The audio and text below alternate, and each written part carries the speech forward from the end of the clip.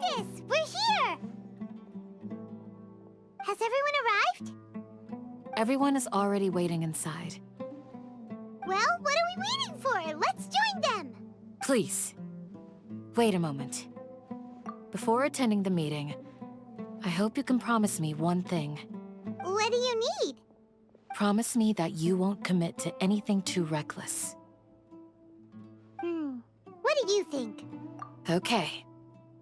Everyone's here so early! But why isn't anybody talking? We already discussed things a bit. Hey, where have you been? I've missed you two. Are you ready? Very well.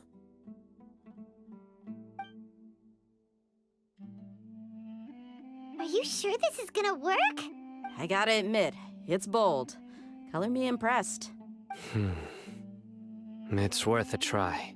The point of discussion is to arrive at a solution. Let's cut the small talk and move to the next point. You're making Paimon nervous. You're finally done. I have some other stuff to take care of. Catch you all later. Come on, don't give me that face. I know what you're going to say. I'll be careful. That's what I wanted to hear. Take care. Well, Traveler, Paimon, judging from your expressions, the meeting must have been quite productive. You can tell? I'm not that good at scheming or strategy, but I can sense people's emotions. And based on your reaction, things must have gone quite well. Paimon's a little worried. Hopefully nothing will go wrong. To be honest, I feel the same. But you're already some of the most capable people I know. So you have my trust. Candace gave us a compliment! Your deeds speak for themselves. Candace, we stayed behind to tell you that, although you won't be coming with us, we'll be sure to remember your words. I'm very glad to hear that. I've said the same thing to everyone here today as I said to you when you arrived. Your safety is the most important thing. Only when you're safe can the plan be successful. So please, take care. You're welcome. And thank you for taking my advice. Good luck with everything. I'll be here in the village praying for you. Sounds good. I'll go make some preparations. Okay. I'll hit them! Have you finished saying your goodbyes? Yeah! Also, Candace told everyone to be careful. Yes, she did. But I think my point also bears repeating. Our plan is not child's play. We won't be able to achieve anything if we're simply careful. We must go beyond that and fully commit ourselves to it. I hope this is clear to you. Huh? Shouldn't you be saying something more cheerful to boost our morale right now? Didn't we already do that during the meeting? You can never have enough words of encouragement. In that case, Candace can cuddle you to your heart's content while I continue to remind you of the seriousness of our situation. We all have our jobs to do, after all. It's like how some people can be put in charge of logistics while others will fight on the front lines. Speaking of the front lines, you don't look anything like a soldier. Of course. Compared to the mercenaries, I'm merely a feeble scholar. But the advantage of not being a mercenary is that I get to stay in a safer place and offer my strategic insight. Just think about that mercenary who lost his mind. Mercenary groups are facing constant danger every single day. Well, being a scholar is also a high-risk occupation, and you are a scholar. I'm not like the rest of them. Even among members of the same species, some will exhibit far more potential than others. This guy. Paimon still remembers when those mercenaries in Port Ormos called you a lunatic. All intellectuals are lunatics in the eyes of fools. I'll take that as a compliment. That reminds me. Do you remember the record we saw in the King Deshret ruins? It mentioned forbidden knowledge. You have a good memory. Forbidden knowledge has the power to drive people insane, but this fact has never been shared with the public. Even I, who has worked in the academia for some time, was never once informed of this. I think those mad scholars and mercenaries we encountered may have all fallen victim to the corrupting qualities of forbidden knowledge. But the academia has always held a different view.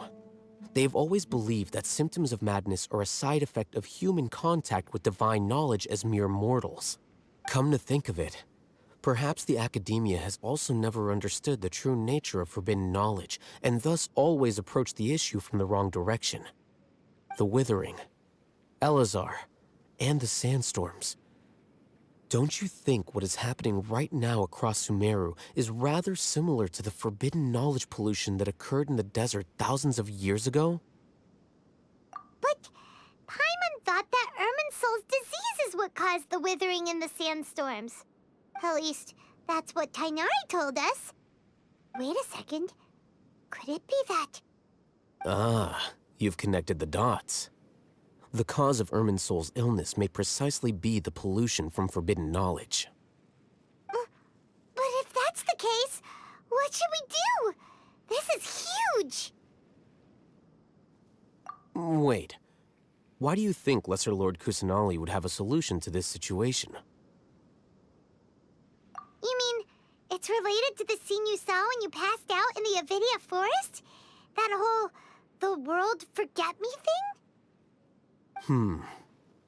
In that case, it's imperative that we rescue Lesser Lord Kusanali.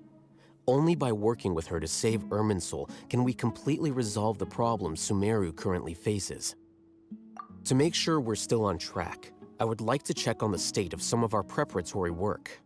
Where are we going? To an Eremite base. Oh, you made it. Huh? What are they doing here? I gave them some technical work to do. Ah, it's the scribe. And is that the traveler I see? How's the work going? Ah, yes! We have fixed the devices according to your instructions. One of them is already ready for use, while the others are still under repair.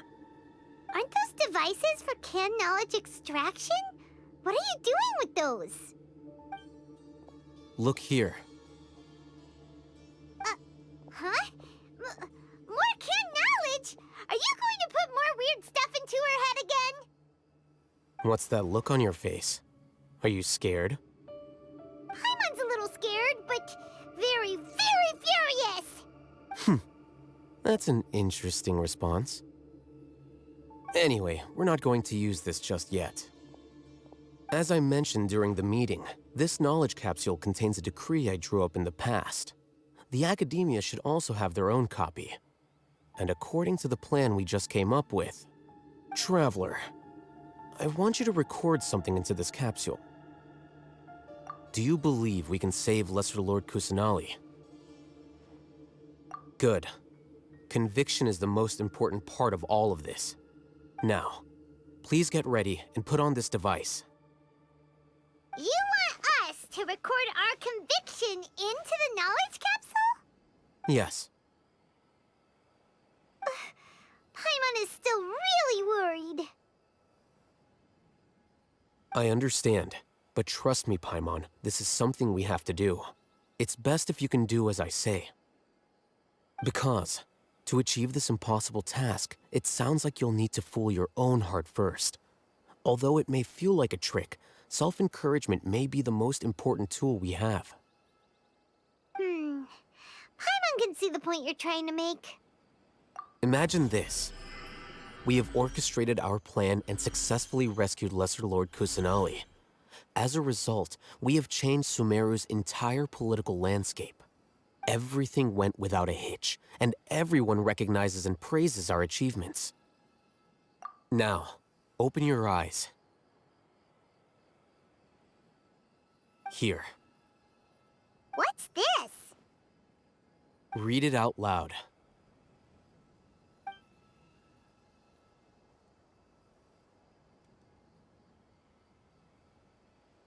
It's done.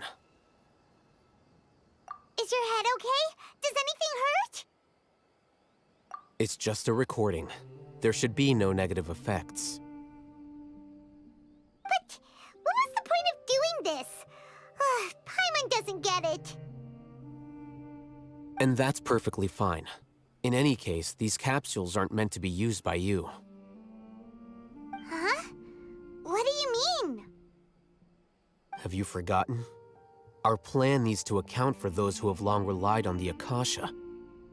You may find it hard to believe, but for those people, everything the Akasha transmits to them is nothing short of absolute truth. Imagine if you've been using a device like the Akasha since the day you were born, and this device has always supported you during times of need. After all that time, what do you think you'd become? A fool? A machine? A slave to orders. And that's why rules are so important. In addition, those who understand the rules can delineate boundaries and identify gray areas. But why would you need to identify the gray areas? You could say that those kinds of ambiguous zones can be very interesting. One might even say they're advantageous in the right hands. Things you're interested in are really out there. Are all Sumeru scholars like this? Anyway, that's enough chit-chat. I'm going to take those two to work on some small projects. You can head to Caravan Rebot and start preparing for the next step. Small projects? We're going to tinker with the Akasha terminal and make a few modifications. I thought we agreed on a plan. How can you go back on your word? The plan is too radical and carries a high risk for casualties. I've given it a lot of thought. And in the end, I still can't agree to it. But it's still the best plan we have. As a former Matra, you of all people should be able to see the bigger picture and recognize the innate advantages of our plan. I did. And that's how I saw the danger behind these so-called advantages. Alhaitham's plan is even more radical than I imagined. Huh? Why are you guys arguing? My friend, you're just in time. Why don't you help me persuade Sino? He's turned against our plan. We agreed to work out a plan at the meeting. As mercenaries, you're familiar with the local environment, so you'll take care of the specifics. But then, you went to Alhaitham for suggestions. Had I known Alhaitham would give you those kinds of suggestions, I would not have agreed to the plan.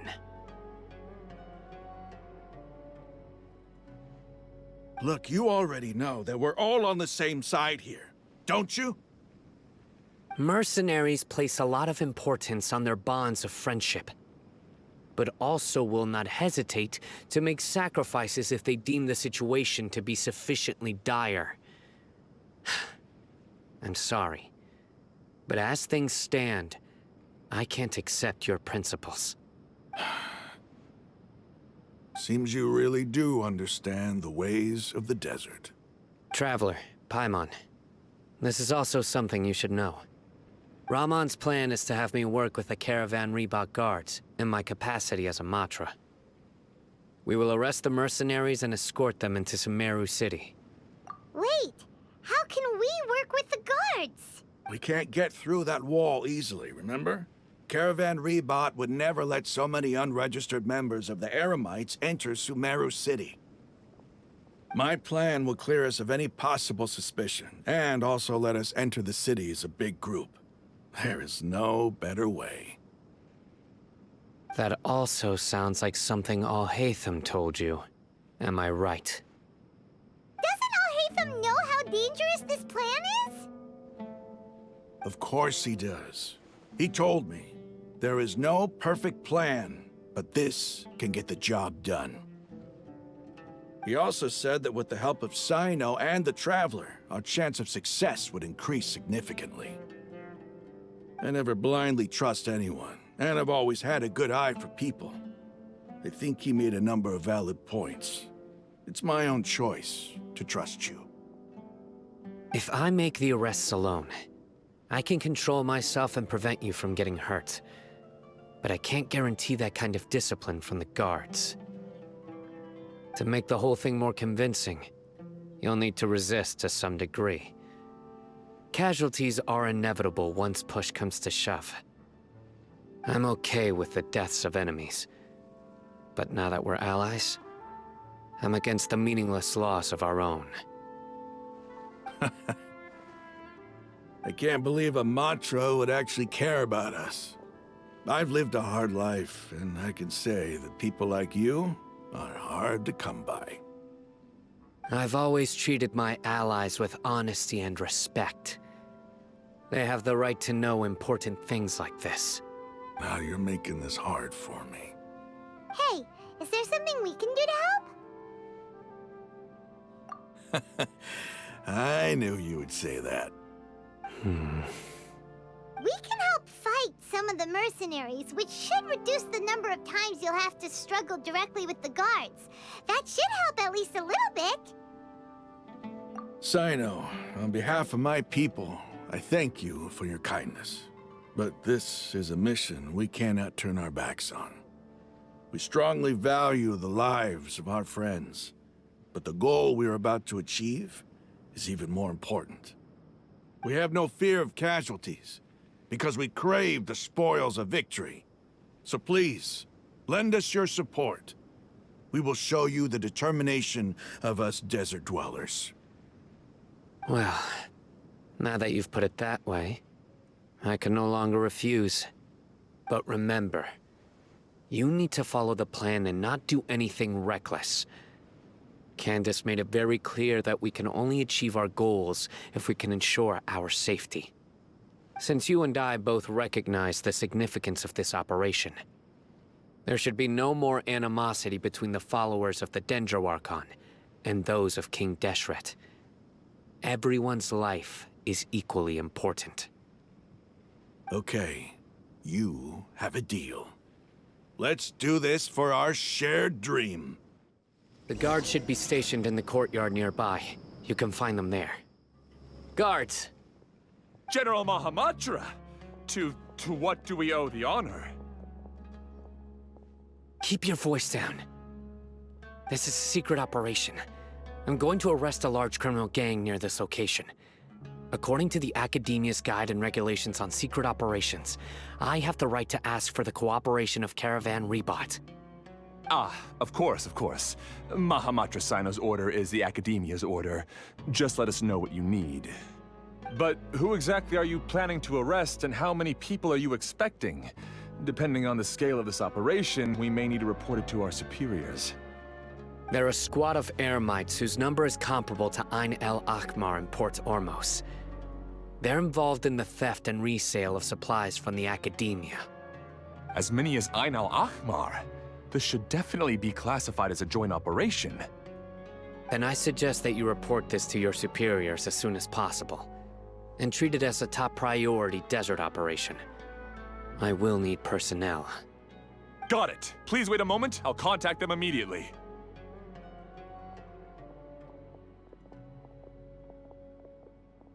Because this is work. Because I trust you. Paimon can't believe you're still in the mood to chat. This whole thing has Paimon scared stiff. Aren't you even a little worried?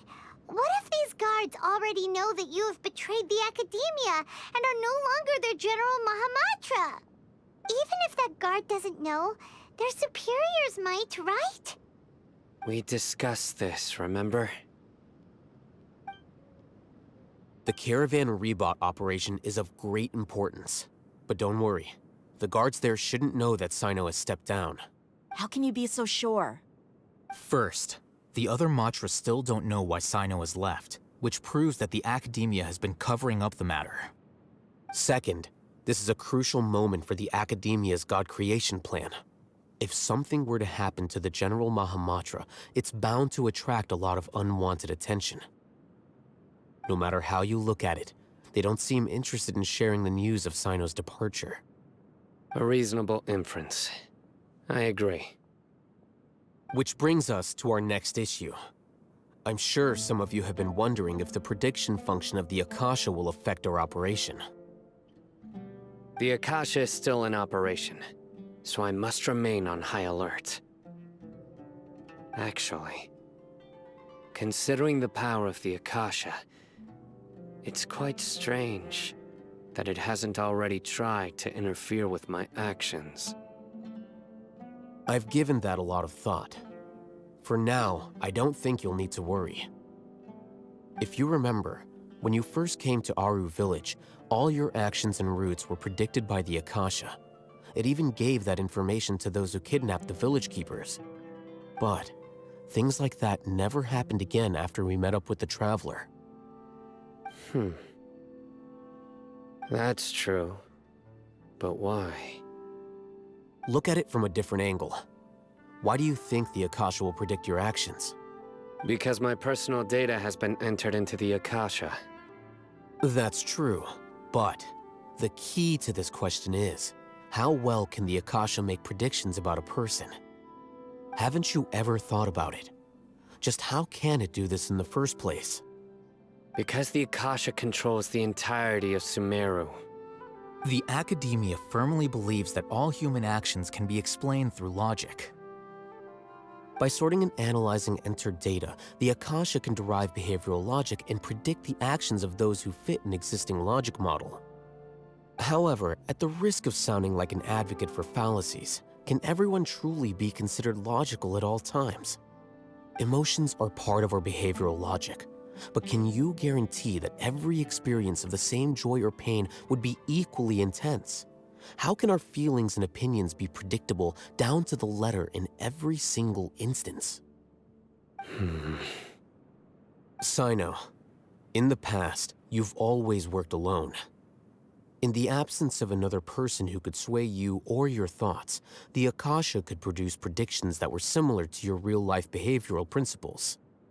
Decisive and principled, you were used to solving problems alone. That's why the Akasha could figure you out. But now, you've joined a team. And I believe the Akasha hasn't yet figured out the full composition of it. Our thoughts and logic have intermingled and weaved themselves together to become a complicated, chaotic mess. Any one of us could potentially disagree with another. The Akasha lacks data on these interactions, and it's impossible for it to predict your actions in the future based on your decisions in the past. After all, there's probably a limit to just how much we can be modeled or controlled by data. So, in my opinion, you're probably safe for now. Makes sense to me. I agree. The Akasha is not alive, and I don't think we can be completely controlled by something without a mind of its own. Is that so? I guess there are things that even the Akasha cannot calculate, and people will not be forever trapped by the past. Whew! Paimon's so glad that this is settled. Next time, pay attention during our meetings. Will do. Just remember to stay vigilant. Footsteps! General Mahamatra, we were not expecting your presence here. I'm the security officer of the Grand Deshret Desert District. My name is Luxembarbo. This is my assistant, the Traveler. She will be working with me. The construct next to her is for her work. Beep! Construct, beep! What a great honor to meet you. Your golden hair is as bright as the sun. And, is this the latest technology from the Academia? Have you made a decision regarding the matter I mentioned to your subordinate? It seems to be a dire situation, so of course you will have our full cooperation. To be perfectly honest, I've always longed to go on a mission with someone as well known as yourself. There's no need for flattery. Yes, sir. Take your most elite platoon and follow me to the eastern side of the district. We will carry out the operation there. Understood. Map. Hurry, bring the map!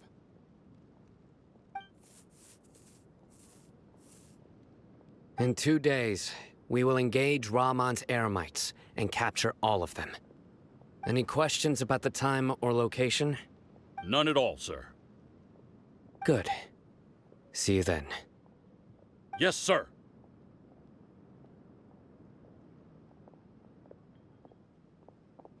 Maybe hanging around the General Mahamatra isn't so bad after all. Everyone's so respectful towards us. This is all due to the absolute authority of the Academia. And now, we're going to strike back against that massive pillar of power. Get ready. We will move out in 2 days. Over there! Our helpers have arrived already! Let's hurry over! Wait a moment. Ah! Oh, it's you! You're my assistant, remember? Being my assistant, you must stay with me. Now let's head over there. It's General Mahamatra and his assistants. We meet again. You're here early. It's to show how important we think the operation is. Since this is a big case for the Academia, we are prepared to give it our best. I'm glad to hear your sense of resolve. Remember, we must capture them alive. They are our only leads for the case.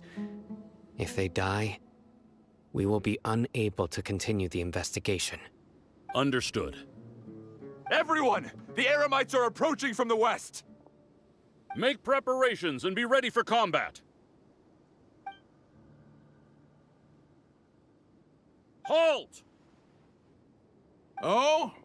What a warm welcome! What do you want? Judging from those shiny weapons in your hands, it seems like you're not interested in a deal. Rahman, the Academia has caught wind of your smuggling and illicit sales.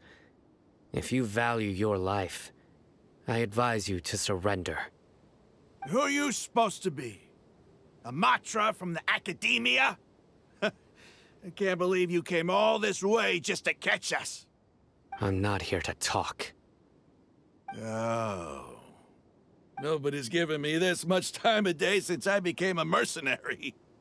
Brothers! For that slight, let's wash our blades with their blood. Let's show them we Eremites are not to be messed with. It's over. Ah! We have subdued them. The operation is now over. All Eremite mercenaries and related personnel in the area have been arrested. Ah, you pitiful Dendro Archon dogs! You'll regret this! I'm afraid you'll regret it first. King Jeshret will curse you, and you will all! Silence! Oh,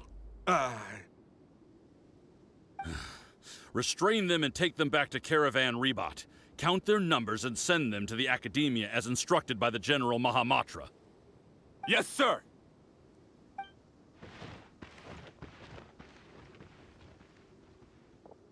Mahamatra Sino, I will now take my leave. If you need further assistance, please come to Caravan Rebot and ask for me. Understood. You are dismissed.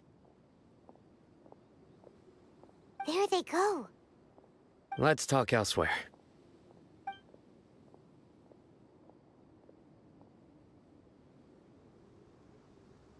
This part of the plan went really well. Yes, things went perfectly. That's fantastic! And that punch you gave Rahman there sure looked convincing enough. Once we're done here, I'll return to Caravan Rebot and oversee the group's transport. I promise. I'll get everyone into Sumeru City safely. Yeah, you're the reason why everything went so well. It's not the time to celebrate yet. I believe Dia should already be waiting for you. Go join up with her. She will need you to introduce her to Tainari. Speaking of which, is it really okay for us not to share the full plan with Tainari? What if he'll feel miffed about it and refuse to work with us? I have a very close relationship with Tainari. Given how well we know each other, I believe my message alone should be enough to bring him to our side. He knows I won't make jokes about things like this. If we need help, Tainari is the best option. Get ready for the next phase of the plan. Don't keep them waiting. Dia! We're here! It's about time. Didn't you say our part of the plan is the most important of all? And here you come rolling in late. In the time it took you to get here, I already did 5 laps around the place, downed 7 drinks, and even did some clothes shopping. Sorry. We didn't mean to keep you waiting. I just wanted to fix your attitude and rub it in a little. After all, you took your sweet time getting here, and we've got important stuff to take care of. I just like seeing that serious look on your face. All right, I'll stop. All joking aside, I'm glad you're here. Let's get moving and take care of this as soon as possible. But where should we start? Our responsibility is to get a status update on the Fatui Harbinger known as the Doctor. We need to make sure he won't get in our way when we rescue Lesser Lord Kusanali. Dealing with an institution that controls all of Sumeru is already hard enough.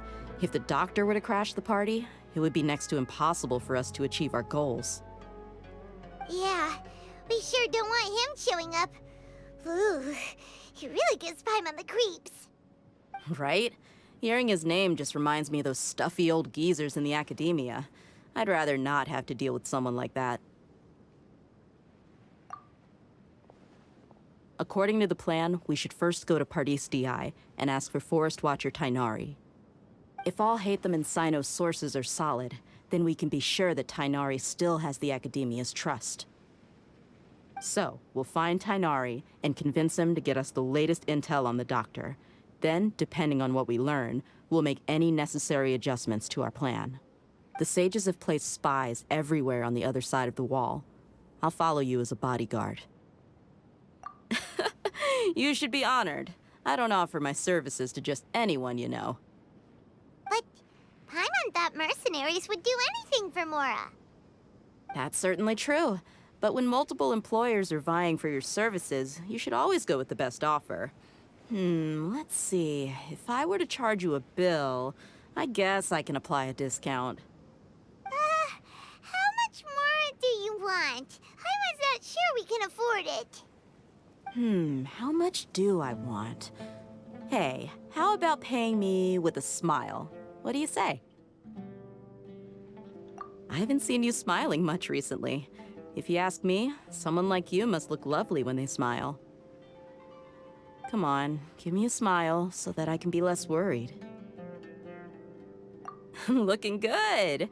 I hope this pretty smile will become our lucky charm. There are many kinds of smiles, but only a truly joyous one can bring blessings to others. Let's consider this smile a down payment for our future victory. Let's go. It's time to pay a visit to Pardis DI. Tainari! Ah, Traveler, Paimon. And you are? Hey there. This is our friend Dia. She's an Aramite mercenary. A mercenary? You must have some big news for me. It's something really important. Please help us out. All right, then follow me.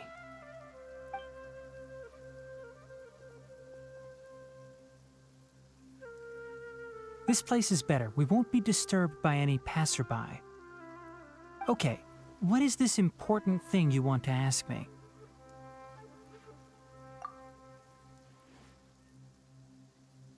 The Doctor, huh? He's that strange-looking Fatui Harbinger with the mask. Paimon thinks he has blue hair. Yes, I know him. Actually, he left Pardis DI just a little while ago. He left already? Yeah, he came looking for me. Can I ask what it was about? Sorry to ask you like this after having just met, but your answer is very important to us. For now, all we can share with you is that your friend Sino is working with us. Sino, you say? I see. So that's why he hasn't been at the Academia. Okay. I will answer your questions and will assist you any way I can. You don't have to tell me everything that's happened. Sino's name really does work wonders. You're not even a little worried that we might have made it all up? Despite having just met you, I can sense that you're the serious type. Between you, the Traveler, and Sino, none of you strike me as the type that would conspire to deceive me. You don't need to tell me anything you don't want to. I'll also get straight to the point. The Harbinger you mentioned came to me because he wanted to take the scholar Hypatia away with him. Hypatia? Why would he want her? And what do you mean by take away? Is he planning to leave Sumeru? Yes. He told me his return to Snezhnaya is imminent.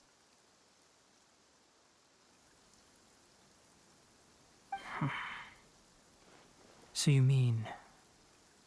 you're leaving this place soon? Indeed. Otherwise, we could have perhaps talked a little more. I was just about to set out when I remembered something important. To that end, I made a final trip to Pardis Di. Let me ask, have you been taking care of a scholar by the name of Hypatia? Your sources are accurate. No doubt because you recruited many informants. But you're right. Hypatia has indeed been receiving treatment from me. Forgive me for asking, but how's the treatment coming along?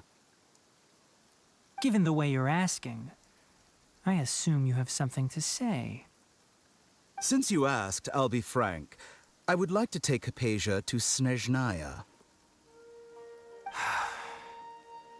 It's incredibly difficult to transfer a patient.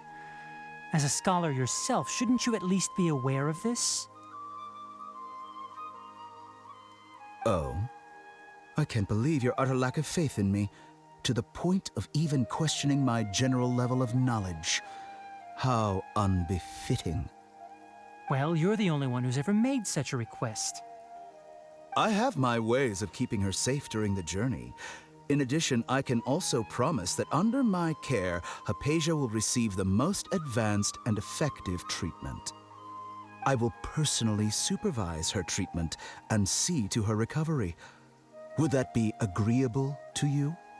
Hypatia was born in Sumeru and remains a scholar of the Academia. Her situation has not become dire enough to necessitate her transfer to another nation. Transporting her to Snezhnaya is risky, and the potential benefits are unknown. As the person currently responsible for her treatment, I cannot possibly sign off on this transfer. Your suggestion is rude and reckless. I'll pass. I don't know much about the doctor, but after talking with him, I realized that, just like many other scholars, he possesses an aura of arrogance that I've come to detest.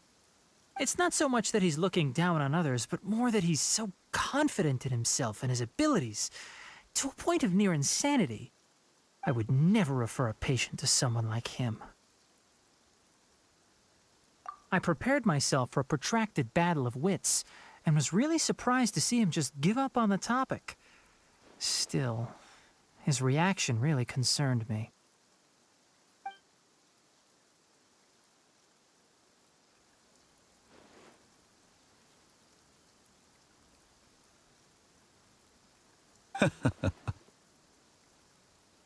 I see. Of course, your opinion makes perfect sense. You're still young, but already quite stubborn. I must say, you are not like what I had expected. Under normal circumstances, I wouldn't just let you off the hook like this. But unfortunately, I'm in a hurry today, what with Her Most Noble Majesty the Tsaritsa calling for our return. Luckily, there is still some time left for me to take care of everything before I leave. It's just as the Academia said, you're a responsible and gifted scholar. Sadly, even with all of that, you're still lacking a bit of shrewdness. And that's also why people like you can never realize that sooner or later, everyone must pay the price for what they've learned.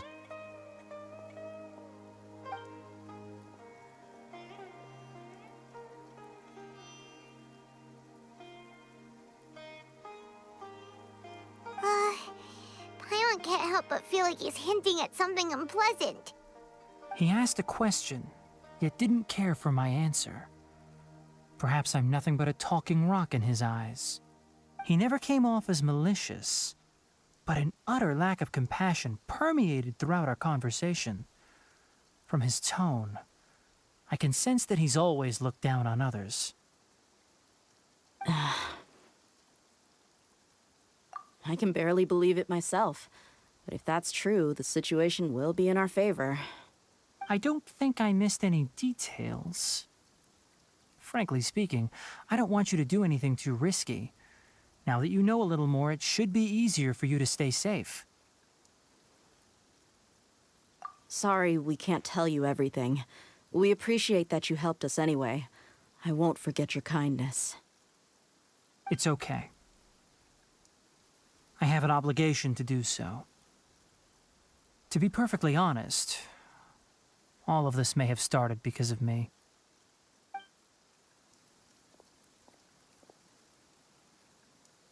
Recently, my master wrote several letters to me, asking me to return to the academia and assist him with his research. Hasn't he already asked you several times before?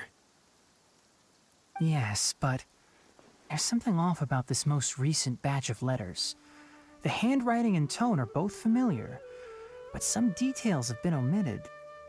My master will occasionally leave a few dots on the back of the letter. 1 dot means that he wrote the letter on a sunny day, and 3 dots stand for a rainy day. This has been a habit of his for many years, but I didn't find any dots in his recent letters. I believe something may have happened to him.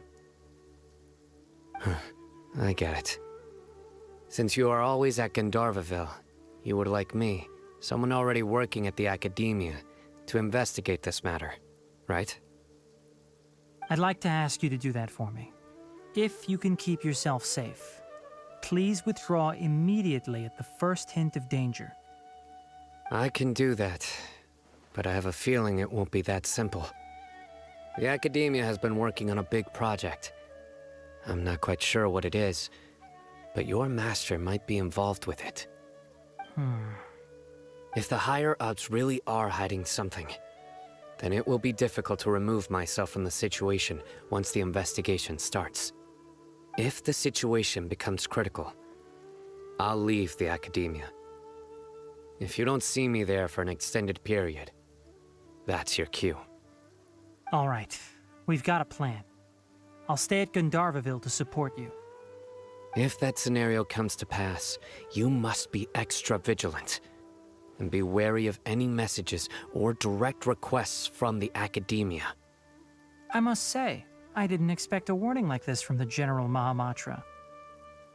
Being loyal to the academia doesn't mean blindly doing whatever the sages say. I know what I'm doing.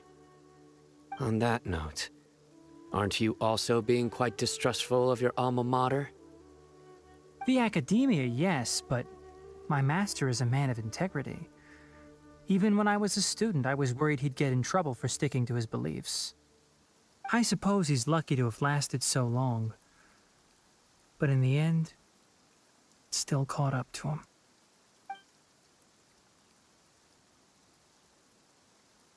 I see. So you noticed something was up with the academia from the very beginning. This may well be how Sino became involved in all this. In that case, I must keep my promise and help you however I can. Also, if you run into Sino again, please help me pass on a message to him. Trust your own senses and experiences. I think this may be something he needs to hear right now. Okay, we'll find a chance to tell him. Thanks. Right. Now let's go hunt down this Harbinger. Oh, by the way, which way did the doctor go when he left Pardis DI? That way. Gotcha. Thanks so much. We'll be on our way. According to Tainari, the doctor is leaving Sumeru soon. I want to check if the doctor was actually telling the truth. He also said that he'll take care of everything before he leaves. What did he mean by that? We need to be extra careful when dealing with a person like him. Just to be safe, let's chase him and see what we find. But we have no idea where he went! How can we start chasing him?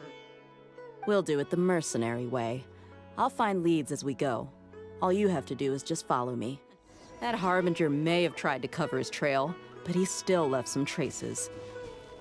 Or perhaps he never even thought about concealing his whereabouts. Maybe that's just how arrogant he really is. Yep, we're headed in the right direction. The traces are still fresh, but there's no sign of his entourage. Clearly they're in a hurry. It's just as I thought. We can stop here. I think I know where the doctor went. To the south of here is Port Ormos, which seems to be where they're headed. Port Ormos? They're going to leave by boat?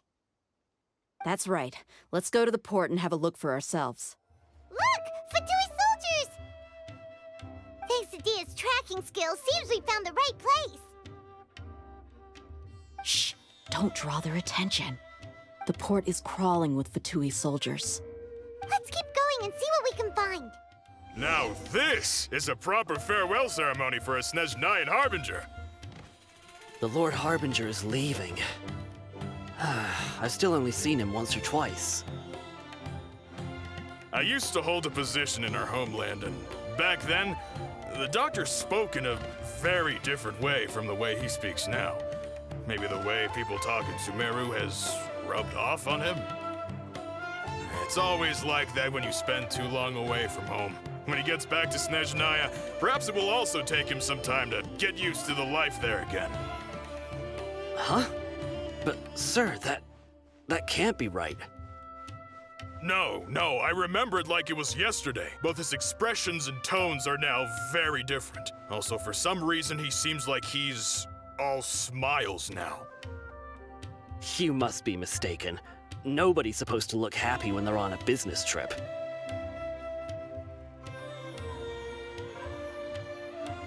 The doctor is on that boat. So he told the truth after all. He is actually leaving Sumeru.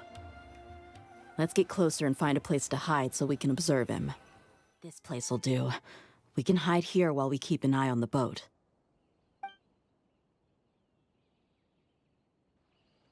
Uh-oh.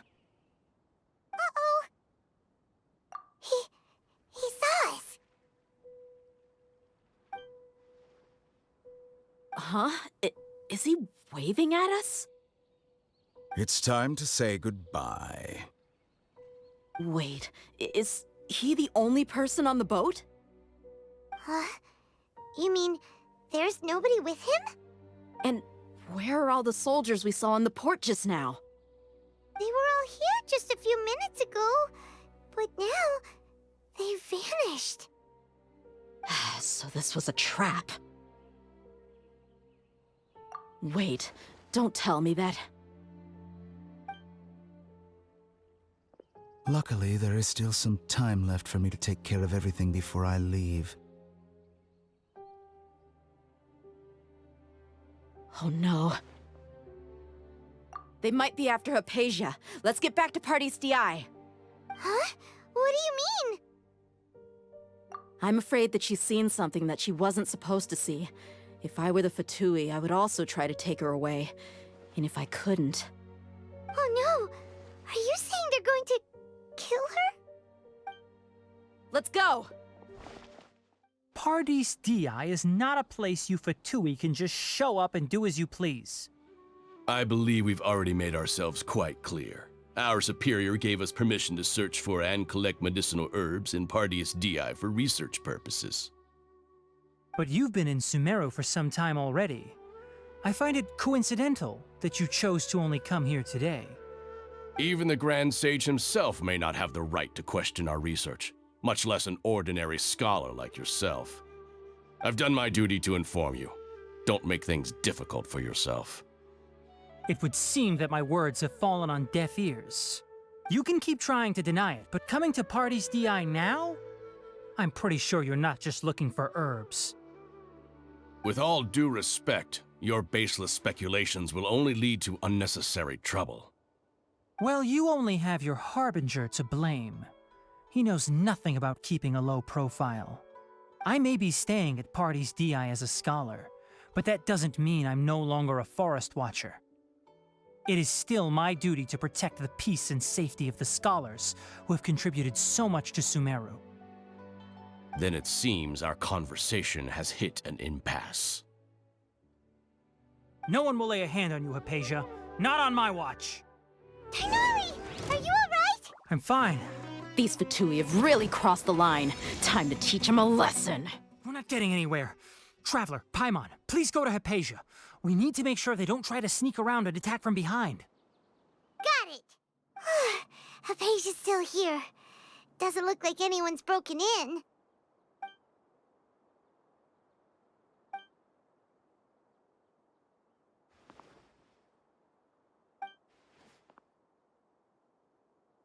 Well, how is she? Oh, that's good.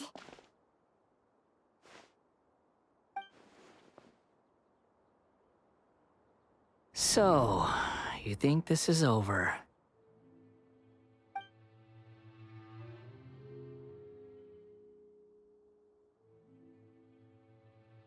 What?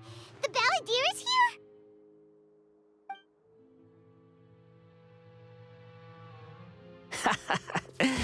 I've missed that look of abject horror. You've given me that look every time we meet. But, where is he?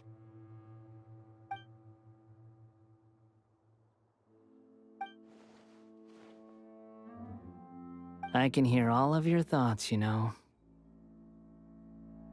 Don't you remember? I already saw you the first time you came to Party's DI and made contact with Hypatia. I didn't need to do anything. It is her honor to be able to connect her consciousness with me. Who are you talking to? It can't be the Balladeer, right? That's impossible. I know you must be curious. I might as well tell you that I decided to enter Hypatia's consciousness the moment I sensed your touch. I wanted to observe you on a fool's errand. Hey, Traveler! What are you doing? My deification is nearly complete. All that's left now are just some final details. Do you understand? Even if you manage to rescue Lesser Lord Kusanali, it will be impossible for you to defeat a bona fide god like me. Is it wise to force that childlike god into a divine battle against me? Scholars consider the God of Wisdom to be the sum total of their faith. It's how they can justify reverence for a god as they construct it. But this also shows that humanity's worship of gods is a combination of blasphemy and exaltation. It's truly laughable. Yes. What is it? Yeah, I'm in a good mood, which is why I'm talking to you like this. What do you mean?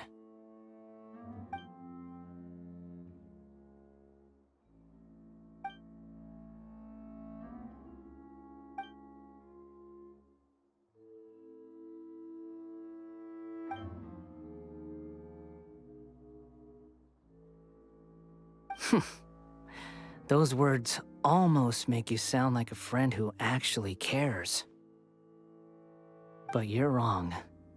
I'm different from all of you. I was born to become a god. My entire life up until this point has just been a meaningless routine. Just think about a sheet of paper. By itself, it holds no meaning. The content recorded on it is what gives it value.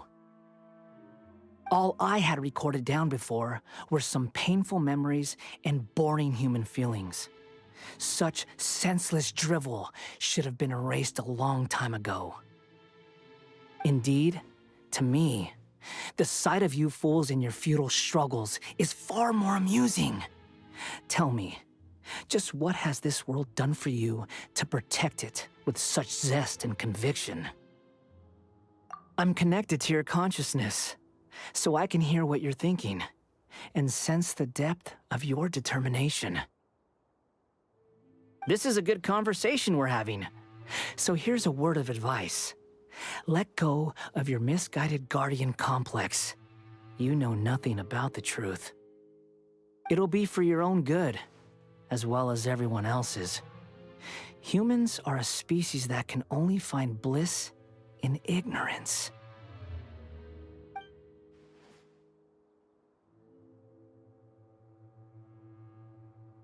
Ah, you've seen my affection for her. If you were in my position, I think you'd feel the same way. She peered into my consciousness and saw my past. Someone like that is qualified to become my first follower. All gods need followers, so Hypatia has been chosen.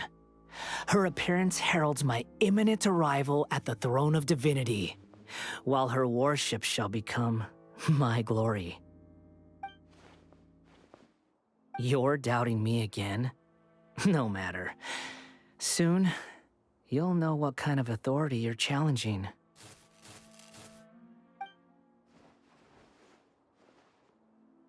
Who wants to hurt my devout follower?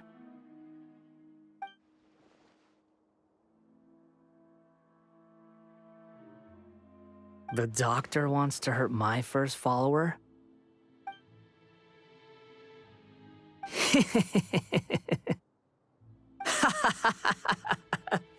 How very amusing.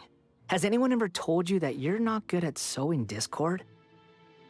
The doctor has never known his place.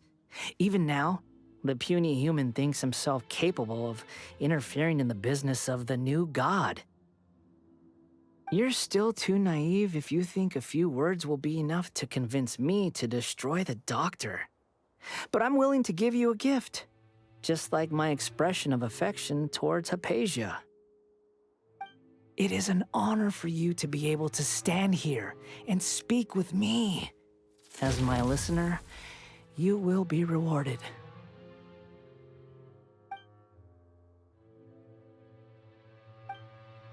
Both good things and bad things can be called gifts. After all, gods have never needed to be reasonable. Ah! Paimon used thunder! That person Paimon couldn't see was the Palantir? Oh, he sure chatted with you for a while.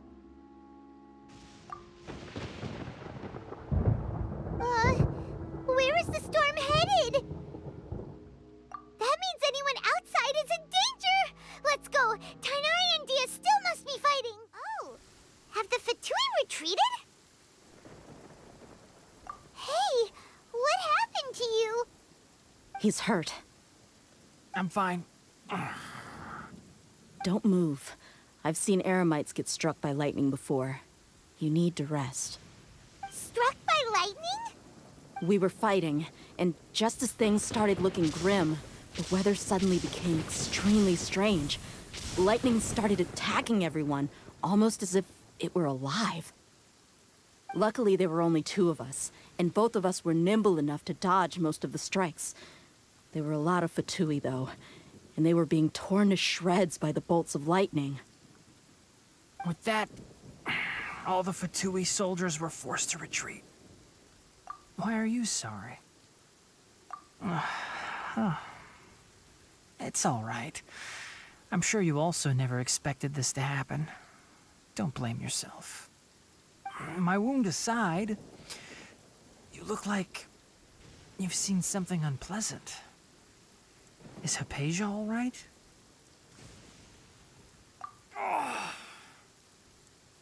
Hey, didn't I tell you not to move? just in case. Ugh. Let's go to Hypatia's place and talk about things there.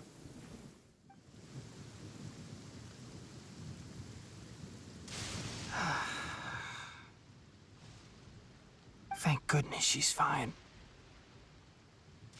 Hey, how about taking care of yourself first? I understand my condition. Ugh. The wound is not fatal. I'll be all right. Ugh. The more you understand medicine, the worse of a patient you become. I know. They always think they can push through the pain. Oh, he sat down. Let me rest for a bit. Sorry, Traveler. Now you may start.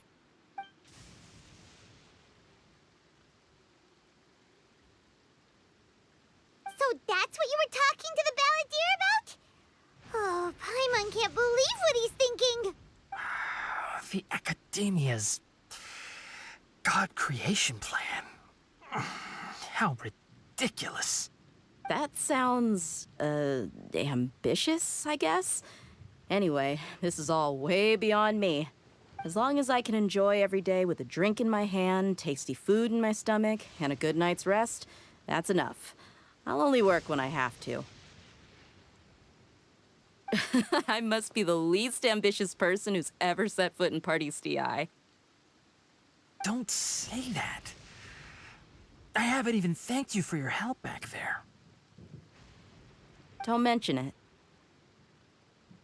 Well, if nothing else, all this proves that the doctor really did have some urgent matter to attend to and left Sumeru in a hurry.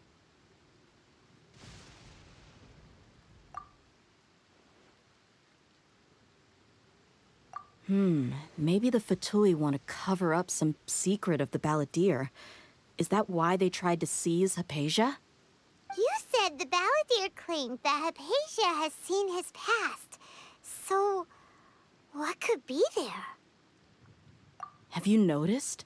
The Balladeer is not happy with the doctor's actions. He thinks the doctor has no right to consider himself as his equal. So, if the doctor was to show up again, would the Balladeer zap him with lightning? Based on what the Traveler has said, I think he would. Having the doctor gone benefits him as well as us. In other words, we've successfully completed this stage of the plan. The doctor is out of the picture now. Yay! That's a big accomplishment!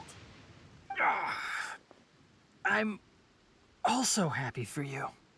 Thank you for the help, Tainari. Make sure you rest up for now.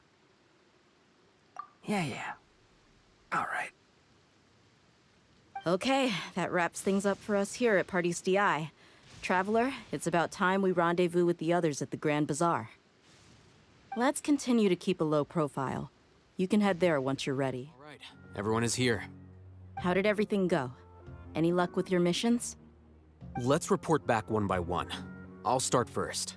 We've made the necessary modifications to the Akasha terminal. In addition, the props required are also ready. I'll go next. The Traveler and I went to Party's DI. The situation was a bit complicated, but we found Tainari.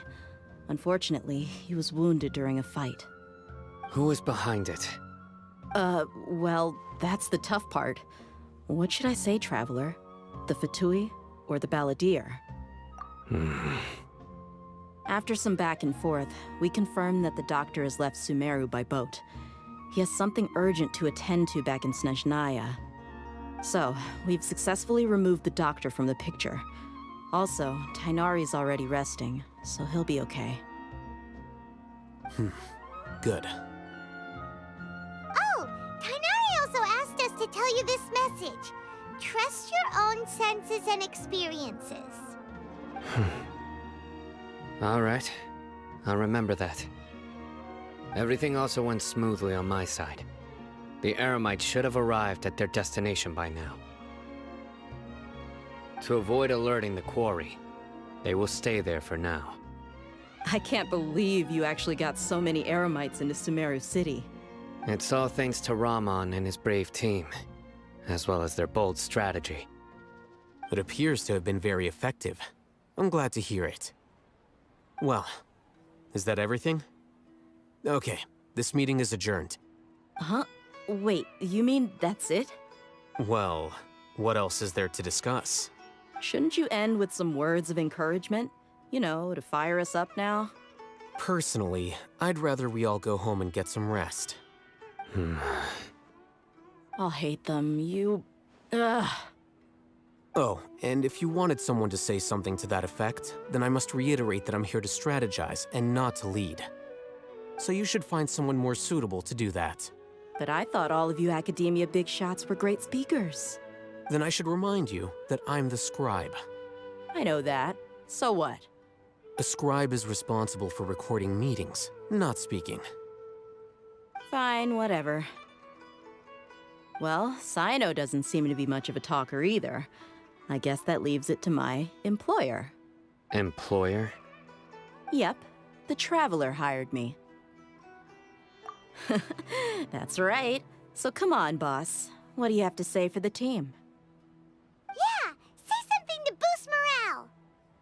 Huh? What are you all doing here? Oh, it's Nilu! Hey, everyone. I'm not disturbing you, am I? Not at all. I was actually just about to go find you. Judging from the group and all your serious faces, you were discussing something important, weren't you? But you also look like you're up to no good.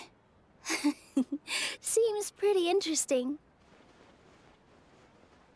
Welcome, Nilu. Would you like to join us? Huh? Join you? You mean, you also want to discuss something important with me? Yes, something very important. Nilu, are there any breaks in your performance schedule in the upcoming days? Huh? Wait, you're seriously inviting me?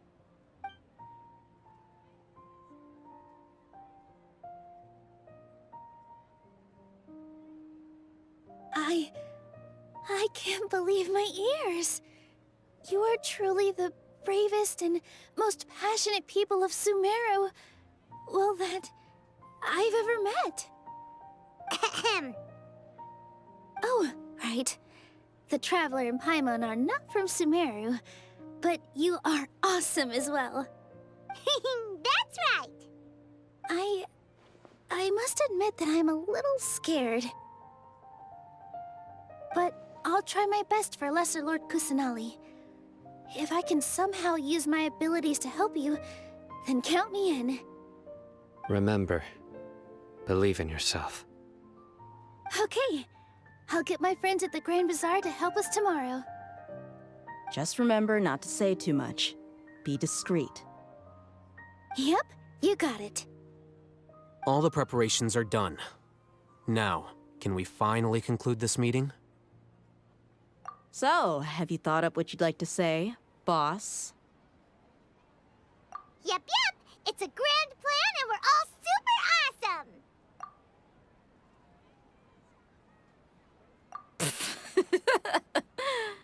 Well said.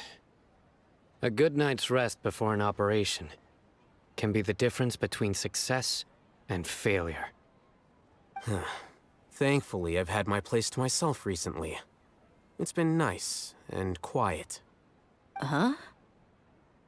Oh, nothing. Alright, let's all go home and get a good night's sleep so we can be up early tomorrow. Okay, so I guess that means it's time to say goodnight now.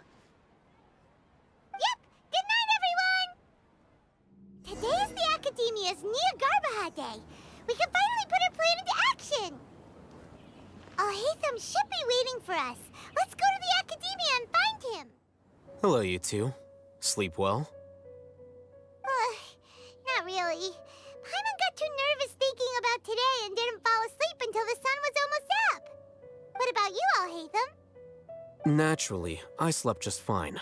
After all, a good rest should be considered part of the plan, since energy is an important resource. You just want to show off how calm you are. It's crucial to dissipate any tension before we execute our plan. The only thing you're doing is being annoying. Anyway, do you need me to go over the game plan again? Our target is Grand Sage Azar's office. Everyone in the Academia knows that's where the Grand Sage's console is. Only they can operate it. Many restricted commands and operations are executed via that console. I'm sure that console has a way to free Lesser Lord Kusanali. You know, Paimon's been thinking, what kind of technology could let the sages imprison even a god? That isn't something they could have accomplished with their scholarly talents alone. In the sanctuary of Suristhana, there's a device of Greater Lord Rukkhadevata's that she once used to isolate herself while meditating. 500 years ago, the Grand Sage at the time modified the device so that it can no longer be controlled from the inside. They were effectively trapping one god with the power of another. So, how are we gonna get to the Grand Sage's office? Don't forget, today is Nyagarbha Day, arguably the most important day to the Academia. The sages and core Academia personnel are busy loading the latest batch of research developments and legal decrees into knowledge capsules so that they can be entered into the Akasha. All the Darshan's researchers have their noses to the grindstone, and the Academia's grounds are flowing with all sorts of people. It's the perfect time for an infiltration. When the Grand Sage leaves his office to supervise the entering process, that's our cue to access the console and free the Dendro Archon. Well, yes. That's just the visible side of our plan, after all. If precedence holds, the Academia should have already started preparing for Nyagarbha Day. Everyone should be in position. All that's left is for us to lead the charge. Let's go. So are we just gonna walk in through the front door, or...? Yes. Were you expecting a stealthier approach? Paimon can't think of a good comeback.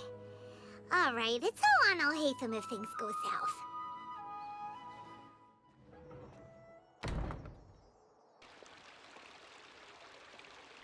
Scribe? Please, wait.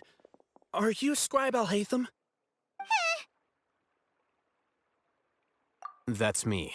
Is something the matter? I'm in a hurry. No. I was just surprised to see you here. I had heard that the sages were looking for you not long ago, but I didn't know what for. And, also, please don't bring outside guests into the Academia. Outside guests? How did you arrive at such a conclusion? Your groundless inference shames the Haravatat Darshan. What did you say? I'm the top student in Haravatat, and I earned 3rd place at the last Inter-Darshan debate. Don't look down on me! That wasn't my intention. As your Haravatat senior, I just assumed that you possessed a greater aptitude for critical thinking. Look, based on what you already know, the purpose of my return and the reason they're here should be obvious. Is that so? Wait a moment. Let me think. Don't tell me the answer. The sages search for you, a blonde-haired traveler, outside guests. So, from the start, the sages weren't looking for you, but this traveler? And you were gone from the Academia for so long because... Hey, shh. Yes, you've proven yourself as the top student in Haravatat. I surmise you've arrived at the correct conclusion. As I expected. Please, forgive me. I wasn't thinking clearly just now. Thank you for getting me back on track. It's nothing. We'll be on our way then. All right. Thank you for your contributions to the Academia, Scribe.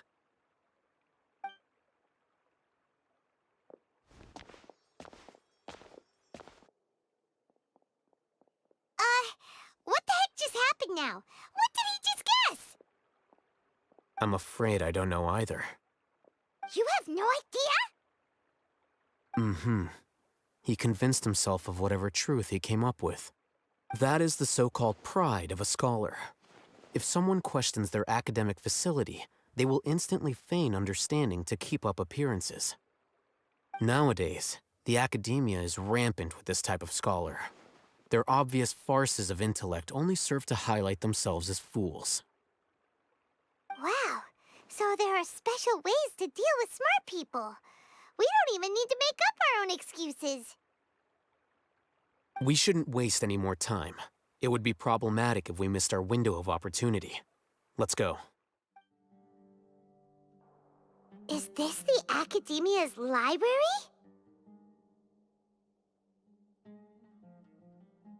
Indeed. Known as the House of Dana, it is quite possibly the most extensive special collections library in Teyvat. There are a lot of students going through here. Is it really okay just to waltz right in? The Academia marches to a fast beat, especially since it's Nagarbaha Day. They're all occupied with their own matters.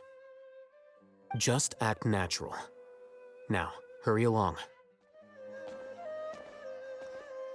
What's this platform for? It's a lift that Academia personnel use to access higher floors.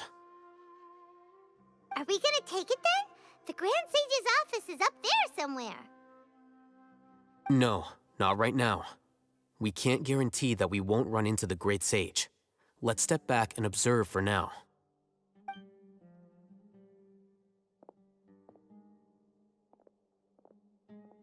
You think the Grand Sage will exit from there? And after he does, we'd sneak past him? Oh, Paimon thinks that's really dangerous. Who knows? However, if we can confirm Azar's current location, our operation will be much safer if we... Allow me to offer you a hint. If you wish to know his location, look behind you. You're... What's Grand Sage Azar doing here?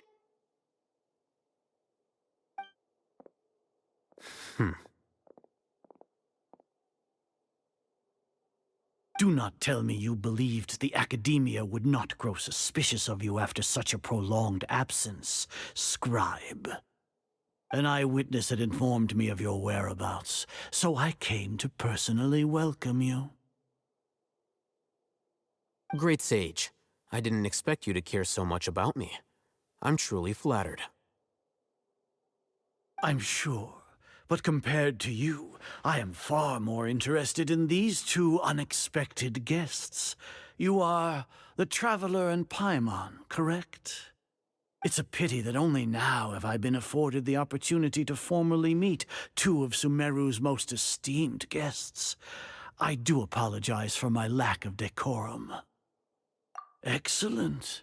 You immediately initiated discussion instead of attempting to prepare some perfunctory excuse. You clearly understand the situation at hand, and have no intention of making a reckless stand. The foot traffic here renders this place unsuitable for discussion. Please, follow me to my office.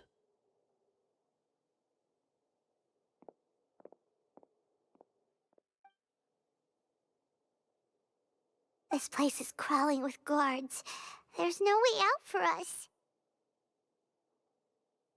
All right then, Traveler. What did you wish to discuss with me? Today is Nagarbaha Day, so I still have many responsibilities to attend to.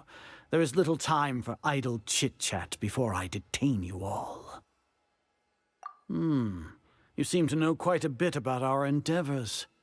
If that is so, then you should be praising our great work, rather than using your trivial misgivings in a futile attempt to sway me. Trivial?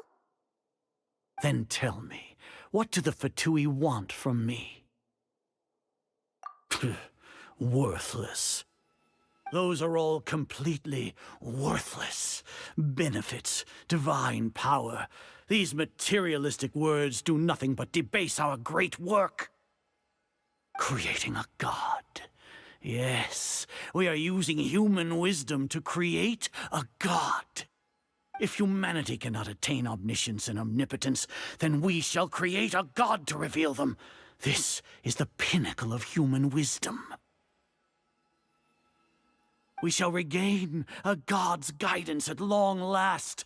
No longer will we flounder in the interminable void of consciousness and knowledge. Even Ermin's soul will be freed from its plight. For our nation of scholars, this is the ultimate aspiration. No cost is too great to realize it. You will never understand the rapture of having a god be born within your very hands. With your degree of knowledge, you cannot even comprehend such an emotion. Gods exist on a plane that far eclipses humanity's. Lesser Lord Kusanali, what can she even do? Care for the people? Fend off sandstorms? Fabricate silly fairy tales? These are but child's play for the academia. Does that make us equal to the gods? We are a people favored by Greater Lord Rukadevata. Though I may have personally not seen it, our forefathers bore witness to true wisdom. The ascension of the Lesser Lord has brought nothing but bewilderment to the scholars. They all ask, is that truly what true wisdom is supposed to look like? With that in mind, it is better to keep her isolated in the sanctuary of Suristhana, so our academy will not become embroiled in turmoil. What a pathetic justification! Do you really think that only the super smart or powerful should be able to call themselves gods? As per your judgment, Grand Sage, they are indeed dangerous individuals. Not only are they acting against the academia, but their ideologies have the potential to lead scholars astray. Looks like there really was merit in my assignment. Alhaitham? Are you talking about us? Anyway, I've brought them to the academia as ordered, but it took some time and trouble. Oh, that reminds me. Here's the investigation report you had requested. It's a summary of my time spent with the Traveler, an array of information about her ready for your perusal. Alhaitham? So you're still on the academia side! We finally started to trust you!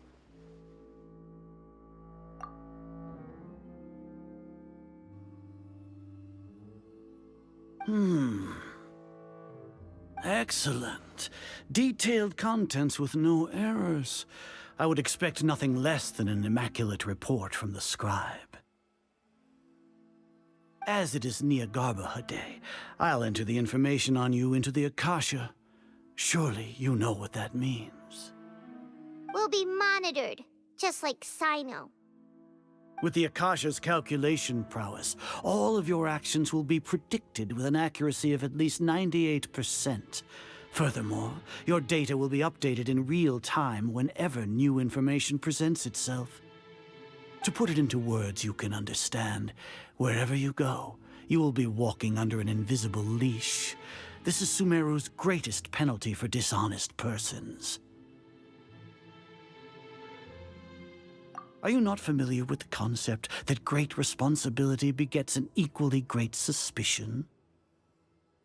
In any case, you are Sumeru's most concerning external variable. Locking you down will greatly decrease the chance of any undesirable outcomes coming to pass. You're despicable! Despicable? Perhaps from your perspective, but I suppose you had mentally prepared yourselves for this, no? Your ploy was to sacrifice the Traveler here, was it not? Lord Azar, I know what you're trying to say, but I've been following your plan this entire time. Why are you doubting me at this juncture? Must I delineate your entire plan? Very well, I will spell things out. First off, I received an eyewitness report that you were spotted with the Traveler at Caravan Rebat. However, you immediately departed for the desert and escaped surveillance range. Judging by the time, you all likely encountered the truant General Mahamatra in the desert. Am I correct? Maybe Paimon shouldn't have mentioned Sino just now. The Academia had not received correspondence from its scribe for a prolonged time.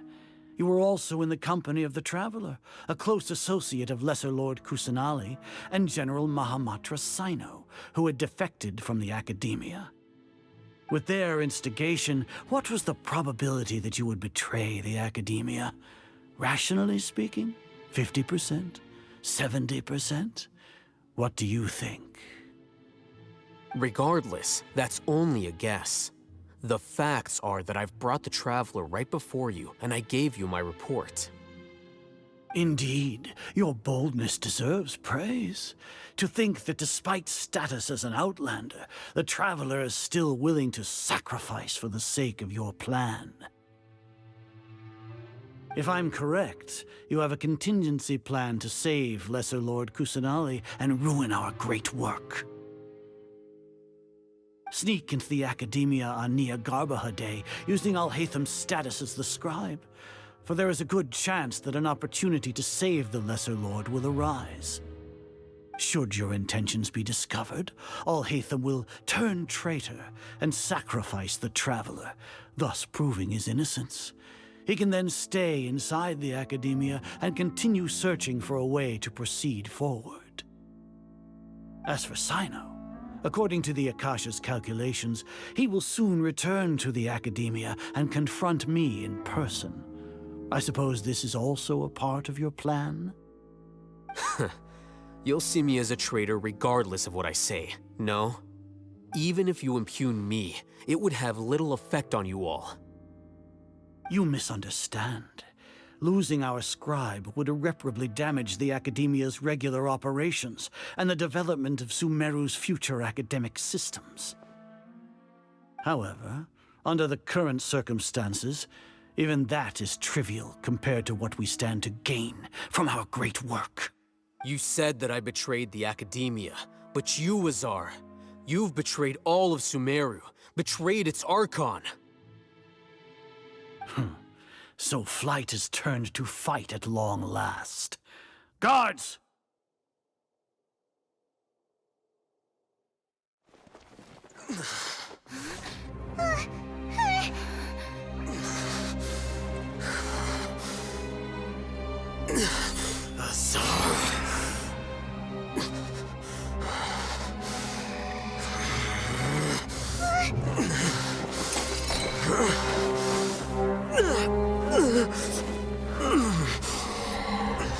Well, what do we have here?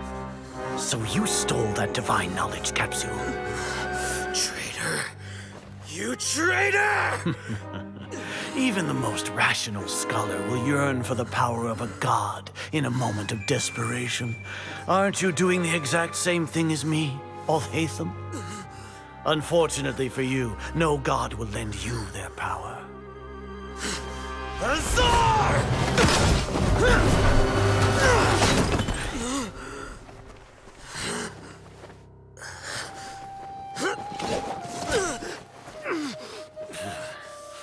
He has gone completely insane.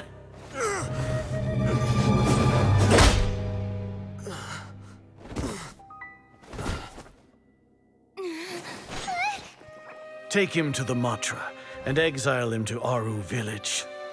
Then find someone to take these two to the confinement room. I'll deal with them later.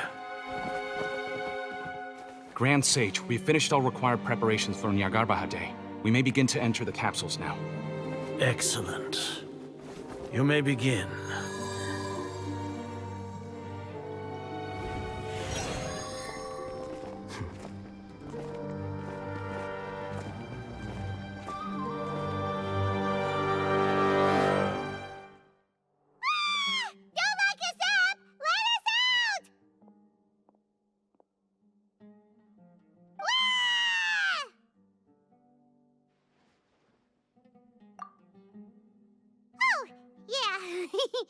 Paimon got a bit carried away there. How was Paimon acting just now? Great, huh? Everything's going according to plan so far. We made it into confinement, and Alhaitham's probably done with his part too. We even managed to trick Grand Sage Azar. Alhaitham sure knows how to cook up a plan. What are we doing next? Paimon has trouble remembering things when she's worked up. Right. Paimon thinks it went something like this. Apart from that, we still have yet another goal in the first stage of our operation, which is to send the Traveler to the confinement room.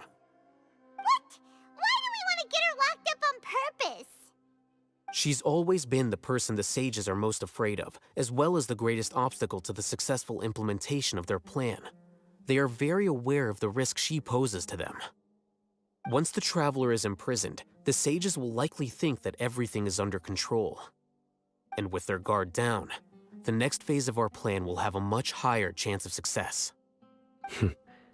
I can already see the pompous looks on their faces. Oh, that's a super tricky plan. But Paimon still thinks it's not really worth it. That isn't the only reason, of course. She has a more important task once she's in confinement. According to the Academia scholars in Ramon's custody, Lesser Lord Kusanali has sealed off her consciousness in the Akasha ever since she was captured by the Doctor. That way, they can't pry any more information from her. Even if we break into the sanctuary of Surasthana, it will take time to awaken Lesser Lord Kusanali's consciousness. We need to do that in advance. So our job is to wake up Nahida! Okay, totally worth getting thrown in jail for. The confinement room is inside the Academia, close to the sanctuary of Surasthana. It's a completely enclosed space, and you won't be receiving any visitors. I'll work with Ramon's scholars to make some modifications to your Akasha terminal. Once you're in, get as close as you can to Lesser Lord Kusanali and try to connect to her consciousness. However, as for whether she'll actually wake up, that will depend on our luck.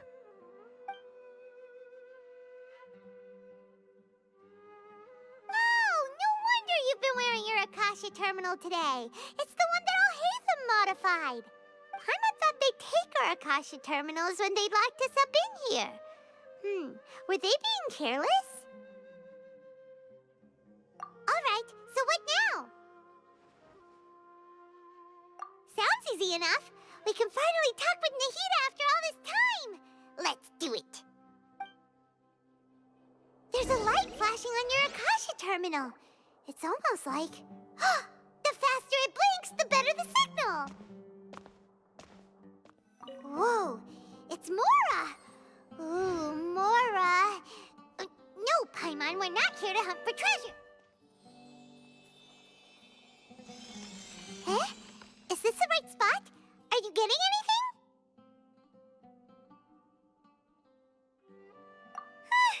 Please work.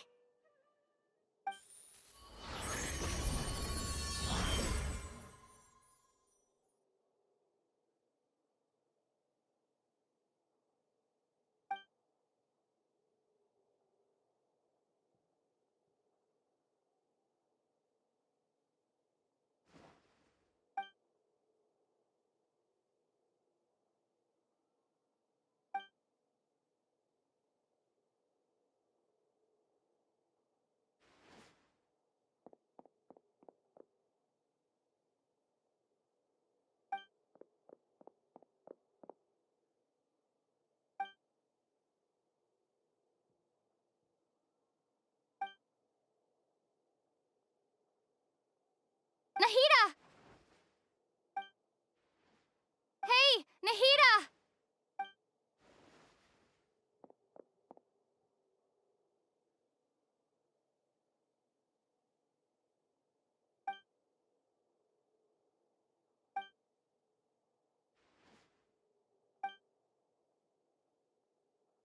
When did it first start? Oh, right.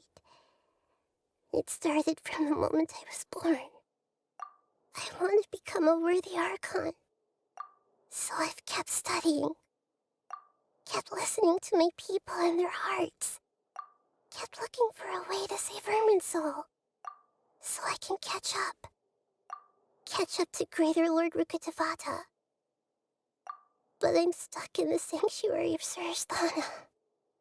The sages are creating a god to replace me. And I'm forced to lock my consciousness in this boundless darkness. Nahida!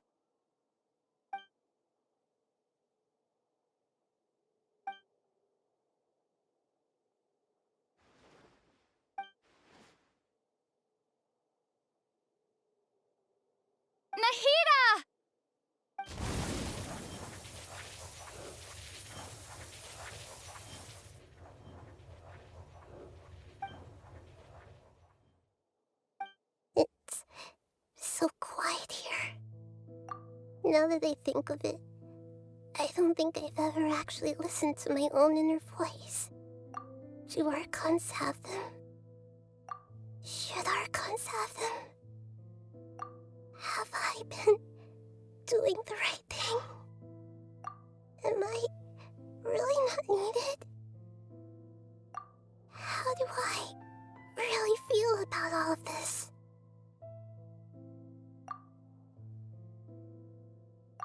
It's so quiet here.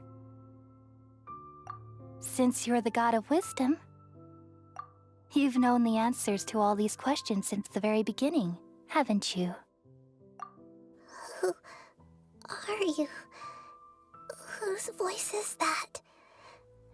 It sounds familiar.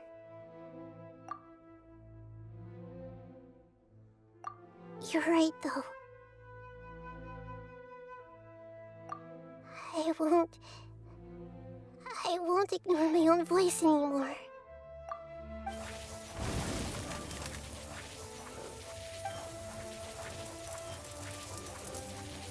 Nahida!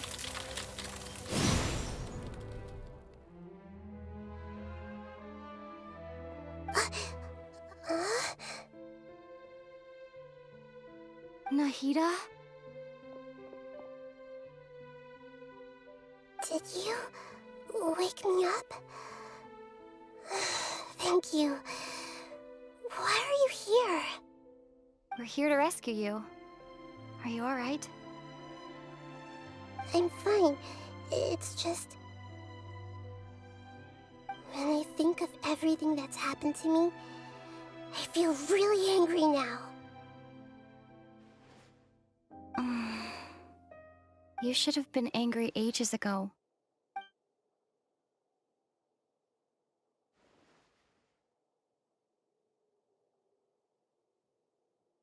Huh? Oh, you're back! How's everything? That's wonderful news! Great! We weren't locked up for nothing! When you went to wake up Nahida, Paimon was listening for any sounds outside. You were out for a long time. There are fewer and fewer scholars going about now. You think everyone's done with their Nyargarba Day stuff? Yep, so that means our next act is Nilu's performance! Nilu, are you sure about this? You're taking such a great risk for them. I'm sure, and I'm going. You know that I don't like to pass up any opportunity to dance, and this one is especially important. All right. You seem to have a lot of trust in them, so I won't say more on the subject. But if anything happens, the few of us here may not be able to help you. Don't worry. They've been through worse. Everything's going to be fine. All right. You know, if you really do get arrested, we'll do everything we can to get you back. Be careful, even if it's only for our sakes. Thanks, Mr. Zubair. You're so very kind. Nilu, how's it going? Nervous? Definitely more than usual. But it's because I'm worried I won't dance well enough. It's okay. Just focus on your performance. We'll take care of everything else. You sure know how to talk. Taking all the credit, even though we came here together to help out. Well, thank you both. I'll have to treat you to a meal after all this ends. I really, really appreciate all of your help. Ooh, that sounds great. Ha! How can we say no to that? All right, let's get back to business. Nilu, we'll be here to keep people from going to the academia so they don't interrupt your performance. I was planning on telling them something like, the Academia's been conducting a weird experiment, and some of their test subjects escaped. It's really dangerous there, so stay away. Oh, you couldn't think of anything better? Oh well, I guess it does sound like something the Academia would do. I think it sounds great. I'm counting on you guys. Don't worry, it'll be a piece of cake. Hey, Nilu. Sorry, it's great to see you, but I'm really busy right now. Our Bait People Away with Yalda Candies plan is working beautifully. Do you want some candy? We have more than we can give out. VR, thank you so much for doing all of this. And even dressed up as the Knight of Flowers, no less. I'll pass on the candy, though. I cut back on sweets in the period leading up to a performance, and I'm about to start one. You have a point. The stage is cleared and everything's ready, so you can start your performance at any time. Yeah, thanks to you. I'm really grateful. All right, time to hit the stage. You're welcome. The honor's all mine, since I'll have such a great view of the show.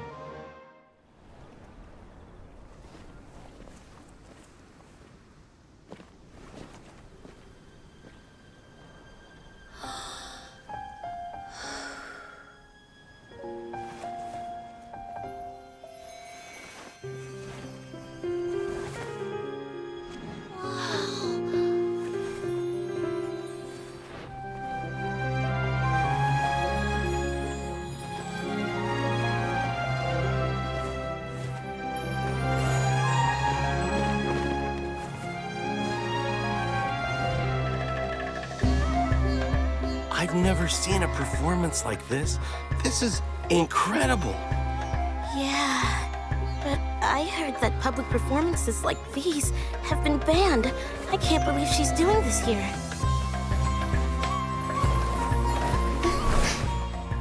Grand Sage, there's some commotion outside. How uninteresting. Issue the new Prohibition Act from the Akasha to the guards. They'll know what to do. Do you think we should, like, stop her? Let's just watch for a little bit longer.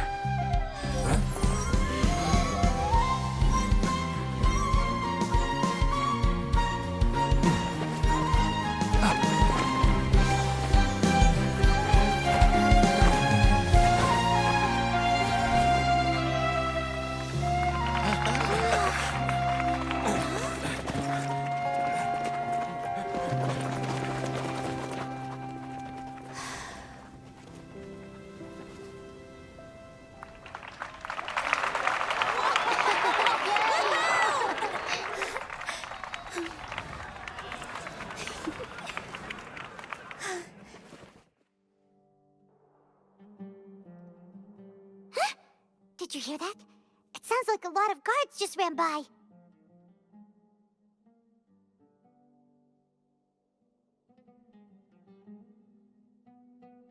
Does this mean the plan has moved on to the next stage?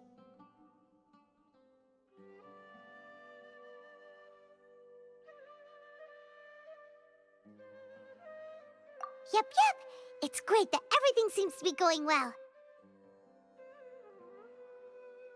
Come to think of it, when did Alhaitham replace the knowledge capsule that was about to be entered into the Akasha?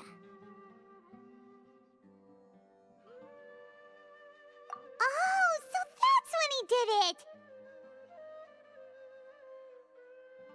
Paimon was too nervous to notice. Speaking of, didn't Alhaitham also yoink the divine knowledge capsule from that mercenary leader in Port Ormos when everyone else was distracted? It's a time-tested trick of his. Why are we complimenting him? Yeah, he's smart and all, but he still makes Paimon's blood boil. Let's review our plan for this stage again. It's not like we have anything else to do right now anyway, and it'll help us feel more confident. Paimon remembers that Nilou's task was supposed to go a bit like this.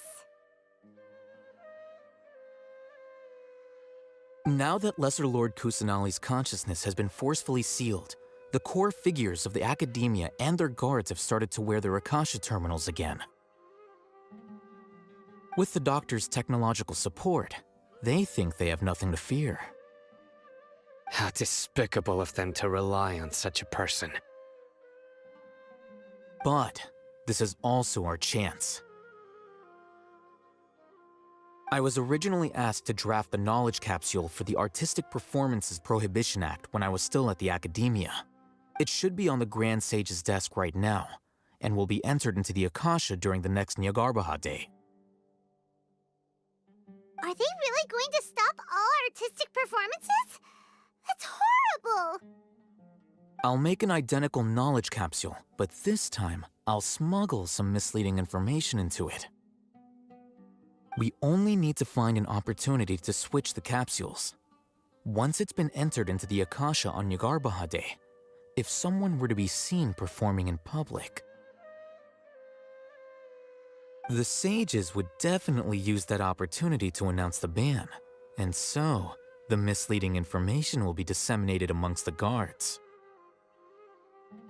Sure sounds complicated, but it seems like if everything goes well, we'll be able to get rid of all the guards in the academia without any effort.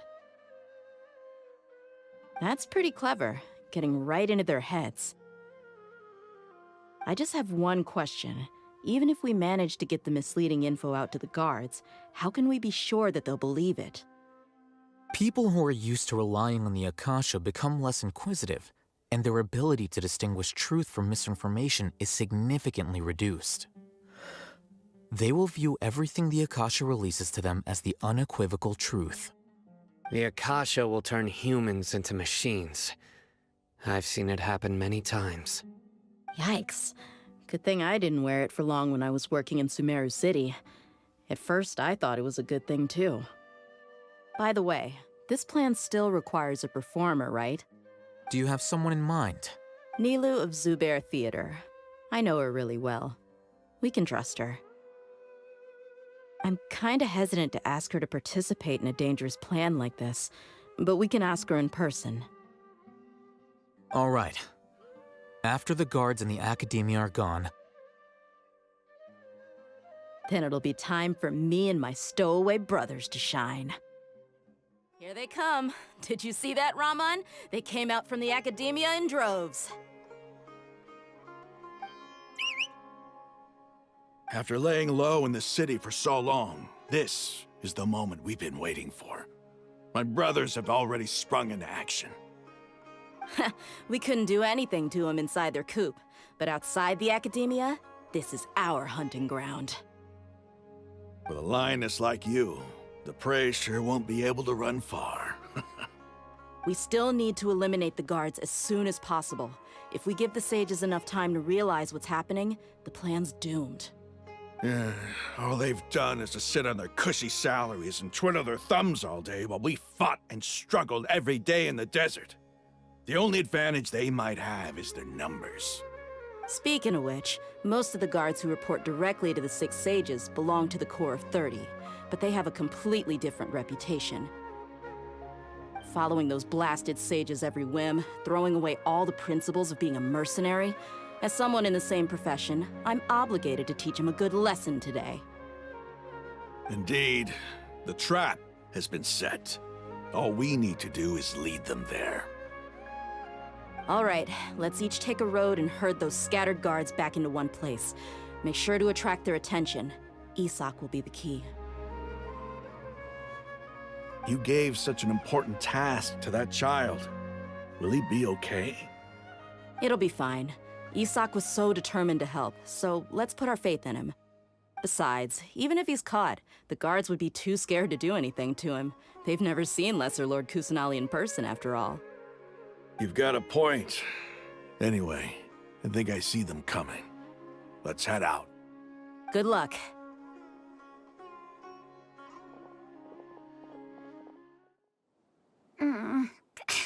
This outfit. Hey, do you remember what you need to do, Isak? When the guards get here, you'll pretend to be Lesser Lord Kusanali and run away from them. Oh, yeah, I remember. Of course I do. I'm just a little nervous. Relax. Don't think about getting caught. Even if that happens, we won't leave you behind. You only need to think about getting the guards' attention and leading them to the Grand Bazaar. Leave the rest to us. Okay, got it. I'm here to pay back Lesser Lord Kusanali for helping Grandpa. I won't get cold feet. Hey, they're here. I can see the academia guards. All right, it's time, Isak. Take a deep breath and go. You can do this. Where did she go? How did she disappear? Did we lose her? Hurry up and find her! Hey, why is your team here? Didn't we say to split up our search? Hurry! Hurry! This place is... Why are you all here? Yeah, isn't it one heck of a coincidence? Everybody's here. What on earth is going on? I suppose that's all of you? Who are you? Did you set us up? What are you planning? Phew, that was rough. I almost got caught. Little brat! So you're not actually Lesser Lord Kusanali. Who exactly are you all? Eremites from the desert? Just some colleagues. Think of this as a business competition, or a personal grudge. After stepping into our traps, stop thinking of yourselves as hunters. Behave like the prey you are.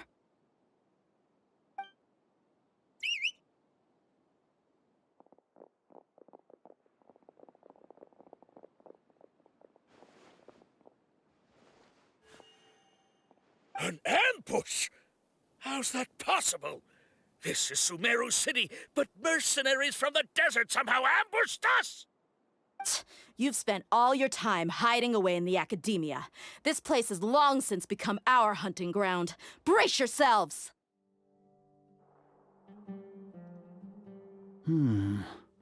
This is odd. The academia has quieted down after the conclusion of the Nyagarbha Day ceremonies, but it's much quieter than usual. Where are the guards? Why have I not seen a single one? Guards? Guards! Grand Sage, how may I be of assistance? I called for the guards. Why did you come? My apologies, Grand Sage. Right now, all Academia guards have entered the city to perform the ordered arrest. I thought you knew. Arrest? Who is there to arrest? I have an ominous feeling. Arrest Lesser Lord Kusanali, right? Is that not what the order was? Lesser Lord Kusanali? You mean she has disappeared? Yes. I wouldn't dare make up something like that. Right now, everyone is in a panic, and many are saying that Lesser Lord Kusanali will take revenge on us. What happened? Just what is going on? Lesser Lord Kusanali somehow escaped? Was it Alhaitham and his party that freed her? That's impossible. The Academia is heavily guarded today, and any order to release Lesser Lord Kusanali would be strictly confidential. Besides, Alhaitham and the Traveler are already in our hands. What manner of trickery did they employ? How could Lesser Lord Kusanali disappear into thin air? Disappear? Wait. How was the arrest order distributed to the guards? It was issued by the Akasha earlier today. Only you have the authority to send messages like that, so I thought it was your order. Let me check.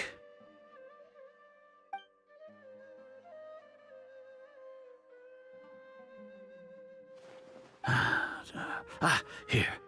Lesser Lord Kusanali has escaped from the sanctuary of Surasthana. Go to the city and arrest the escapee immediately. The Akasha indeed contains this information, and it clearly appeared in my mind. How did they bypass my permissions to issue this kind of message? Was it the report about the Traveler that Alhaitham submitted? No. I specifically checked that knowledge capsule before entering it into the Akasha. Could that have been a red herring? Well, even if I figure it out now, it won't make any difference. The important thing now is to confirm Lesser Lord Kusanali's status. Have you been to the sanctuary of Surasthana to confirm that Lesser Lord Kusanali has indeed escaped? Confirm? No, I haven't. It may be a bit offensive to say this, but Grand Sage, what you're saying doesn't make any sense. How can the information in the Akasha be inaccurate? What the Akasha decrees is fact. That is common knowledge to all of us. If we have to confirm the information and knowledge from the Akasha ourselves, then how is that any different from us learning that information ourselves? Wouldn't Greater Lord Rukkhadevata's legacy lose its meaning that way? In the beginning, it was I who asked you to believe in the Akasha, to believe in the legacy left by Greater Lord Rukkhadevata. Are you trying to use my words against me? No, Grand Sage. I'm merely confused because I believe in you. I never meant to refute you. Stay here and see if there are any suspicious people around. I'll go to the sanctuary of Surasthana on my own. Yes, Grand Sage. Lesser Lord Kusanali has escaped from the sanctuary of Surasthana. Go to the city and arrest the escapee immediately. How can that be? Stop thinking about it. Stop. It must be a trick of theirs. As long as I personally confirm it. Ah! Impossible. That's impossible. There must be something wrong with my eyes.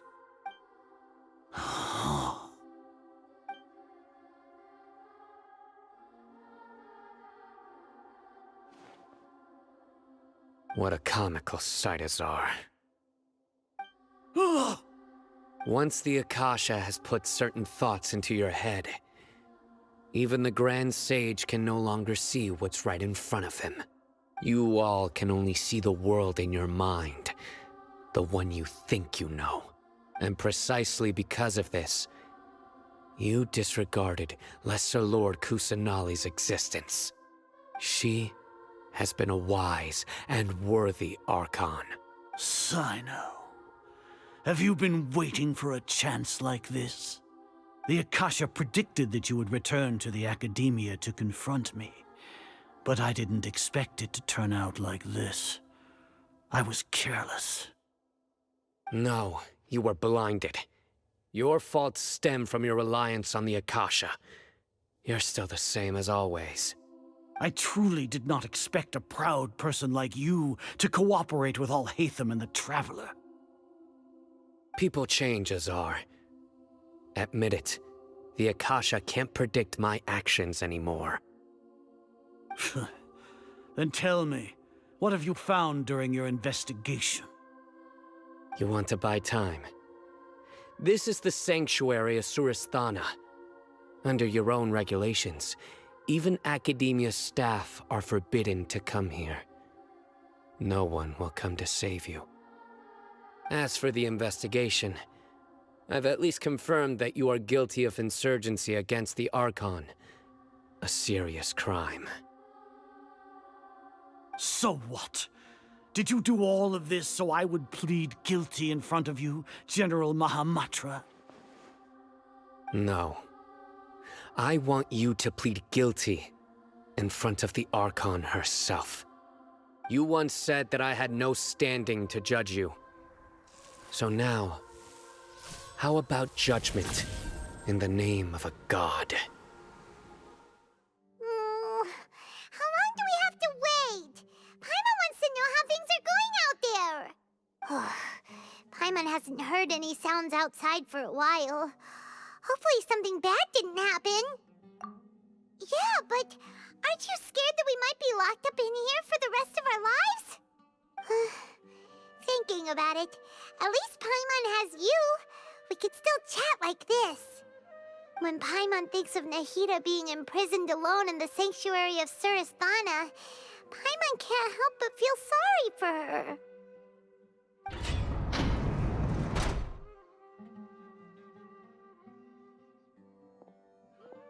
Here comes your savior. Dia! Paimon just knew you would come to rescue us! You two really owe me some big thanks. I had to search through who knows how many guards to find the key here. It felt even more tiring than whacking them. I'm exhausted. Thanks a lot. Need Paimon to rub your shoulders? No, that's, I'll pass. What are you afraid of? Oh, are you ticklish? Ugh, now isn't the time to talk about being ticklish. Things in the city and on Sino's side are both going well. The guards that stormed out of the academia are all taken care of. The Corps of 30 is in charge of the city's defenses, but we already talked to Asfand. They've been fed up with the sages bossing them around. As long as it doesn't break their employment contracts, they'll turn a blind eye. That's probably because you've been super great friends with them for a long time. So, how's Sino doing? The Grand Sage is in his custody.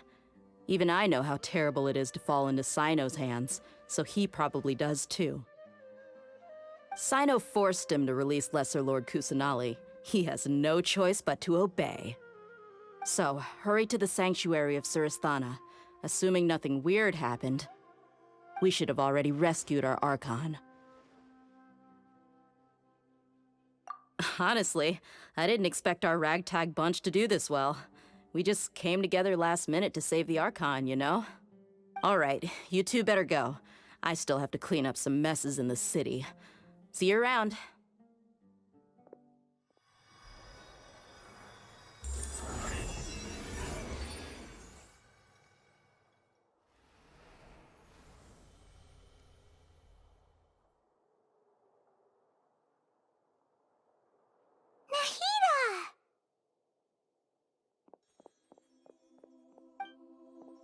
Should I say it's nice to meet you? This is the first time we've met in real life. Before, we've only met in dreams, consciousness, or when I was in someone else's body. Thank you so much for coming to rescue me, but I also need to apologize. During this time, I did some self-reflection. My sense of inferiority and yielding to the academia led to all of this, and created so much trouble for you all. Exactly! We're here because you're a good Archon and one of our friends! Thanks, you too. Amazing. So this is how it feels to walk out of that cage with my own body. It's like I just had an endlessly long dream. I can't even tell if I just woke up or was only now born into this world. My concept of self has become so clear. But now doesn't seem to be the time to indulge in this feeling. This is really embarrassing. You all just rescued an Archon, and now she needs your help to save her country, and even the entire world. It's okay. With you here, Paimon's sure that everything will work out. There's one more thing. What is it? For all the things the academia did to me, and for all the folly it committed in the name of wisdom, as their Archon, I will make them pay. Ah! Wow! That's the spirit! You're finally standing up for yourself and not letting people walk all over you! I understand now. To be a better Archon, I first need to better myself. If you haven't even figured out how to be a caterpillar, how can you be a butterfly? Yes, true. That reminds me. I wonder how far along the academia is with their god creation plan. We need to hurry and prevent the birth of that false god. I need to make some preparations. Since I'm now free, I can establish a direct link to the Akasha and control it. First things first, I need to remove the restrictions that the doctor put on me in the Akasha. After that, I'll make some adjustments and revoke the sage's permissions. The Akasha will then be like how it originally was, only operable by the Archon. After all, the academia betrayed Greater Lord Rukkhadevata's trust. This might take some time. In the meantime, you should also work on your own preparations. If we don't stop the god creation plan in time, we'll be in for a tough fight. How's it going, Nahida? I'm done with the parts that needed my involvement to complete. Although it's my first time working with the Akasha like this, Its internal structure and operation procedures are easy for me to understand. Greater Lord Rukkhadevata's design is truly brilliant. Oh, also, this is for you. Huh? What's this little floaty thingy? It's a small device I put together just now. You can think of it as an upgraded Akasha terminal. You may not need it right now, but it should be helpful in certain situations.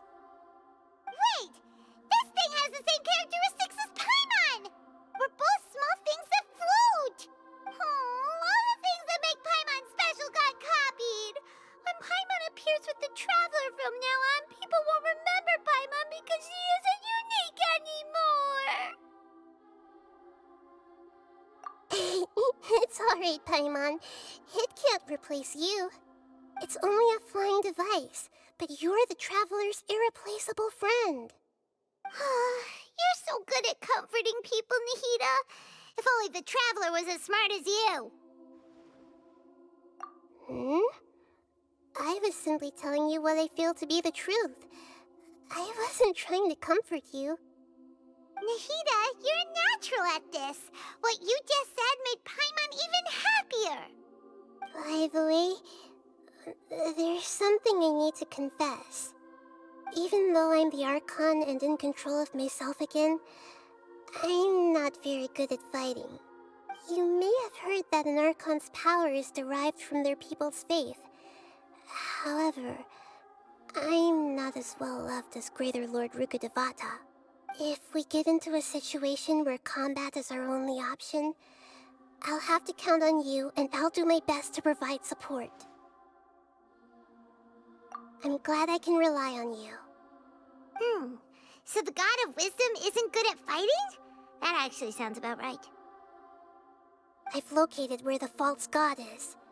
Time is of the essence, so let's skip to it. What is this place? Is this really the way we need to go? Wow. Who would have thought there'd be a place like this hidden right slap bang in the middle of the city? The sages wanted to realize their god creation plan without being discovered. The safest and most convenient way would be to build within the academia itself. That's true.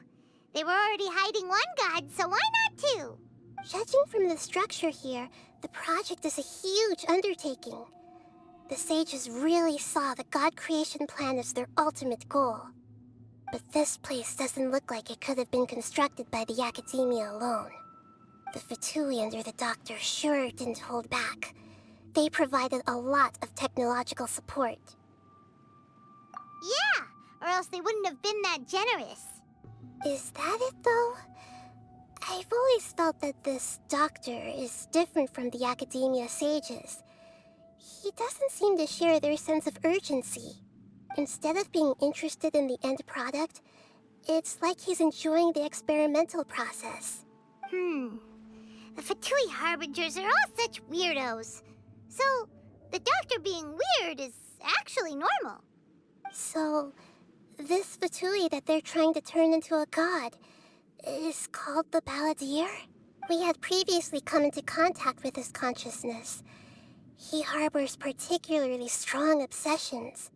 One is the desire for a gnosis, since he was created to be the vessel for one. The other obsession is probably related to his past. I can't quite explain it. Paimon knows that he was a prototype puppet for the Raiden Shogun before he became a Fatui Harbinger. That's why he wants a gnosis so badly. There's no way he'd willingly be a test subject. Not with that temper and ego of his. It sounds like you know the Balladeer quite well. I see. Tell me more about him and what he's like. The more we know now, the better we can plan for and react to any future situation.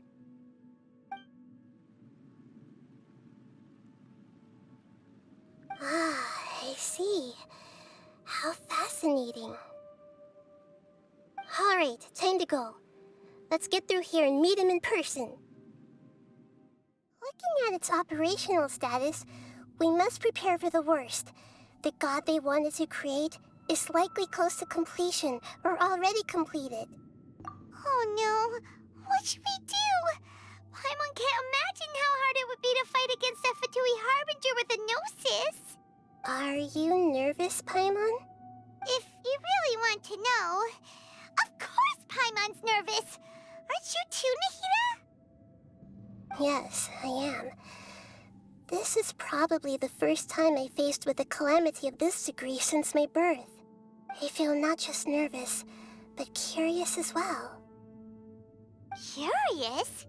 Curious about what? Curious about our fate. To me, everything we perceive in this world, everything we learn, and everything that happens to us is considered knowledge. And if it's a form of knowledge, then it can be understood. However, only fate is about that which has yet to occur, so it has always drawn my curiosity. So to me, fate is the ultimate knowledge. That's also why I love observing humans and all the things that happen to them.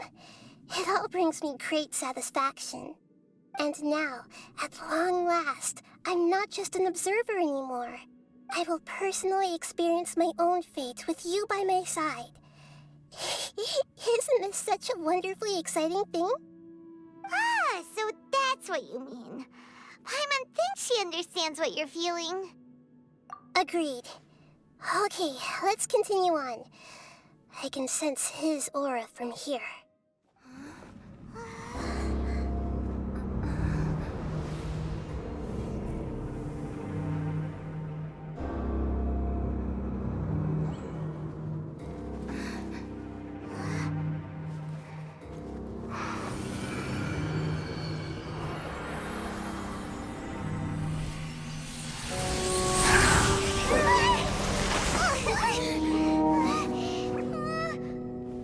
Who would have thought the world would be so eager for my birth?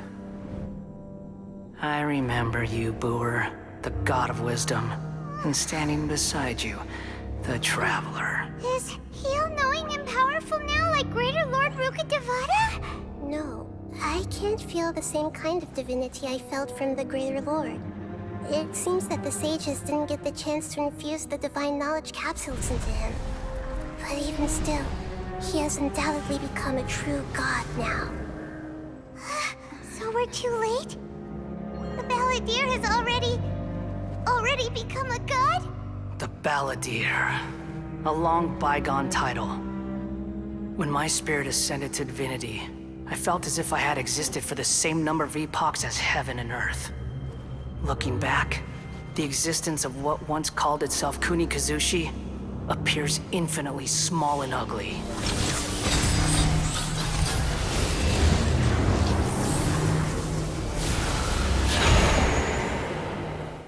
This imposing aura, it really feels like the gods! A body that capitalizes on the Balladeer's original construction as a mechanical puppet, with the Gnosis serving as a constant power supply. How much effort and resources did the sages put into this? From a purely technological perspective, it's a commendable achievement indeed. It's no exaggeration to say, this is the culmination of human wisdom. You sure are something! Dishing out compliments at a time like this? But I don't think he's reached the spiritual height of a god. Strife is engraved upon every god and every gnosis brought forth into this world. Can you feel it? The exhilaration of such power, and the thrill of anticipation for our contention. Nahida wouldn't feel the same things as you! Do you not realize that you are interrupting a conversation between gods? Lowly creature, know your place! The strife engraved upon a Gnosis. You're talking about the Archon War. Tevat's current peace was not easily won. I didn't personally participate in the Archon War, but the way I see it, all those losses were meaningless, driven by the demands of the laws. There's no point in bringing it up again. Is that so? Yet I am deeply disappointed that I was never allowed the fortuity to personally participate in the Archon War. This is a first. Encountering a god in this world who does not crave power. No wonder your own people have abandoned you, God of Wisdom. Your judgment is as your existence, unsubstantial. This is where everything ends, Booer, the God of Wisdom. You should know that wisdom cannot solve every problem. Like now, where your only option is to face me in combat.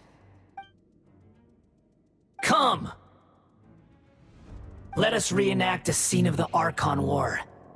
Come and inaugurate my birth as a god.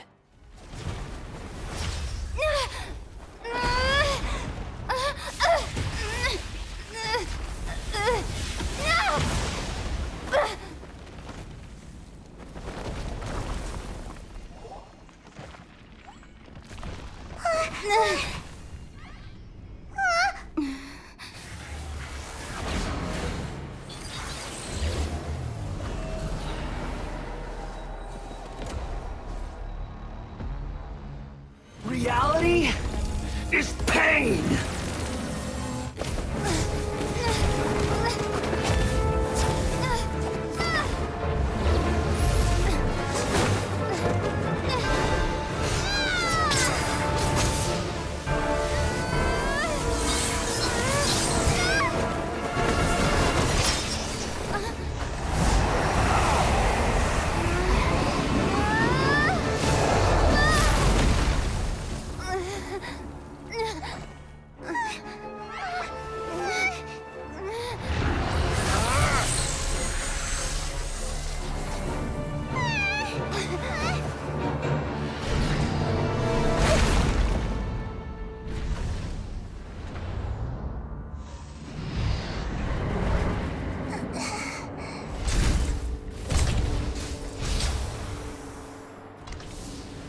This is supposed to be a battle between gods, yet you choose to hide behind a mortal. And now, you're acting like you'd sacrifice yourself for a human. Are you having fun proving a false sense of heroism to yourself, Booer?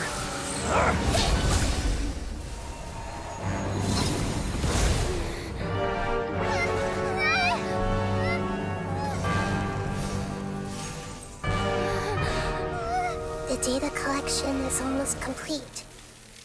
Do you even know how many times you've tried to take my gnosis from me?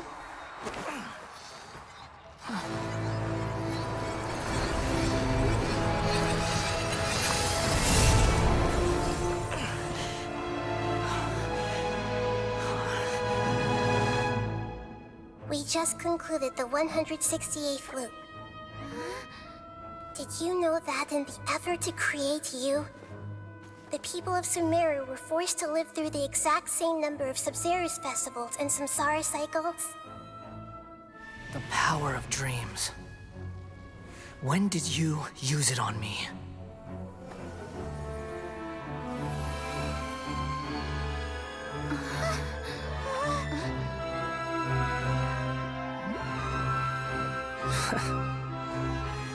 You can't even defeat me in a dream. What do you hope to achieve with this little trick?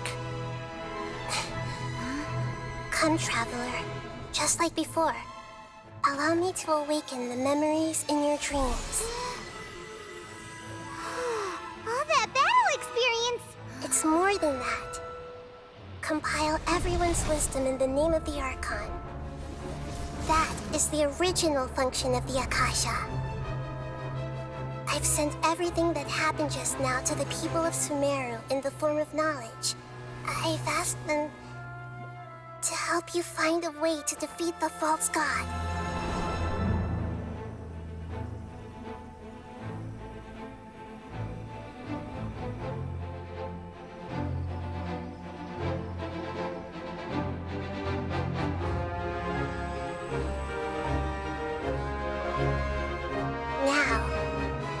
Sumeru's wisdom is at your disposal. Meaningless tricks won't save you.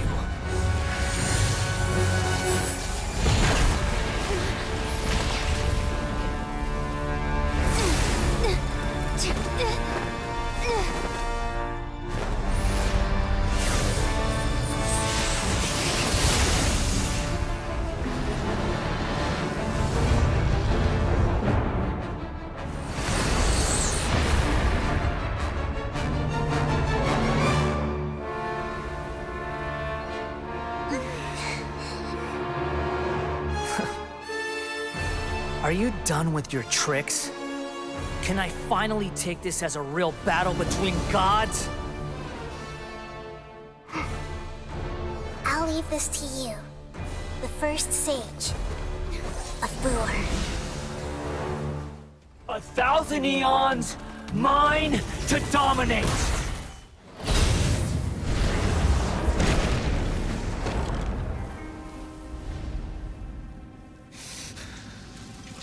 Humans. Filthy humans.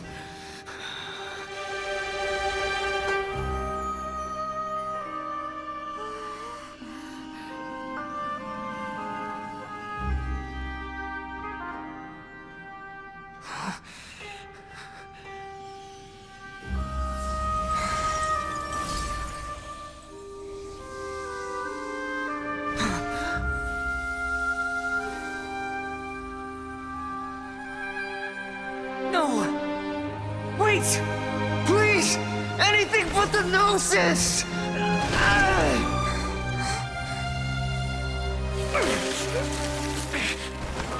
That's mine! Don't even try! I'll never go back!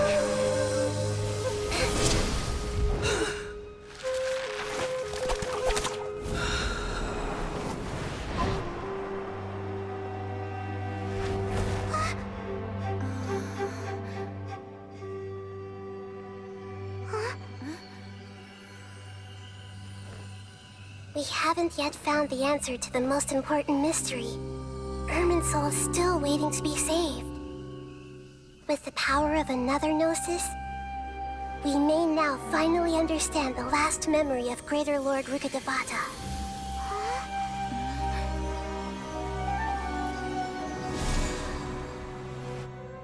This is...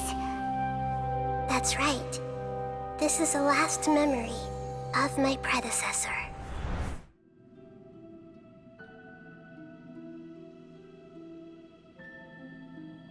Huh. This sure seems very different from what Paimon imagined. Shouldn't Irminsul be in this realm of consciousness? Yes, that is our destination. But I didn't expect the remaining consciousness of Greater Lord Rukkhadevata to be as polluted as this.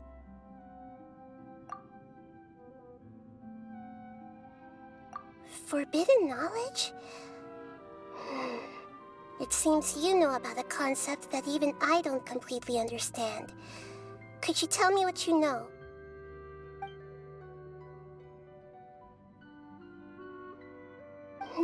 Your inference seems logical enough. Forbidden knowledge once polluted the desert thousands of years ago, but was successfully repelled thanks to King Deshret's self-sacrifice, and Greater Lord Rukkhadevata nearly exhausting her power. Then, a second instance of forbidden knowledge pollution occurred during the Conria Cataclysm 500 years ago. But I'm afraid it is much more serious this time, with Irminsul itself already in danger.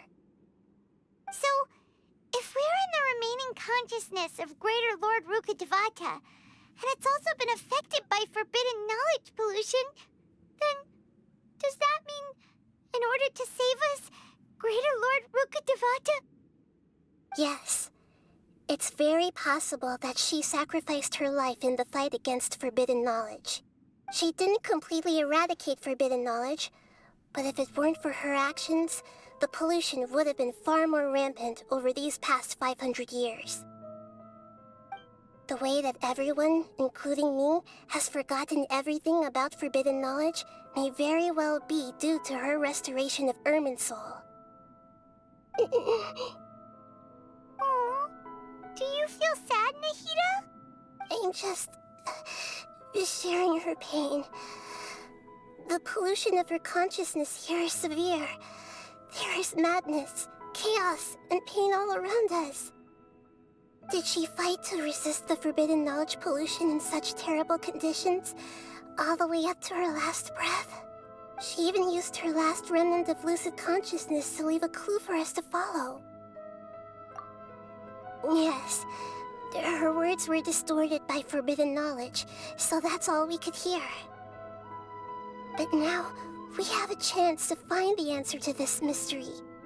We can cross the polluted consciousness until we found the right path to meet with her lucid consciousness. And then, we'll let Greater Lord Rukkhadevata tell us the truth in person. Each of us need to be mindful of the state of our own consciousness while we are here. Even with the Gnosis' protection, we must always keep a clear mind. Otherwise, we could go mad at any moment. That's so scary. Don't worry. It should be easy enough for you to keep that mind of yours clear, Paimon. Let's go. Are we in the air? And why is there a huge boat? That's the boat of consciousness, which symbolizes reason here.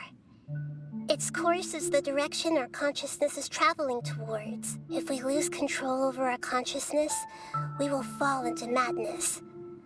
So let's make sure the boat stays on course.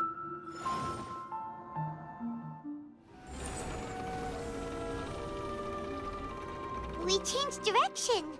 Are we still going the right way, Nahida?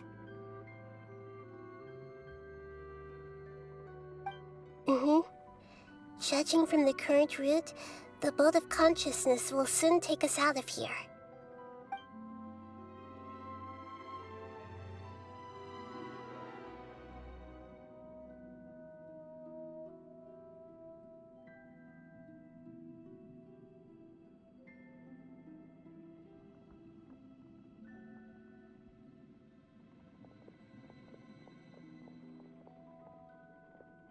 We'll be arriving at our destination soon. How are you feeling? Are your minds still intact? Huh? But everything's been completely normal for Paimon. Hopefully there won't be any more interruptions. This time, we should be able to meet Greater Lord Rukkhadevata. Are you saying you've never met Greater Lord Rukkhadevata before? No. It seems that my birth and her death took place at the same time. Otherwise, I think she would have given me a little more guidance, and I could have done a better job. Hey, you've done a great job, Nahida. Let's get out of this creepy place and go meet her.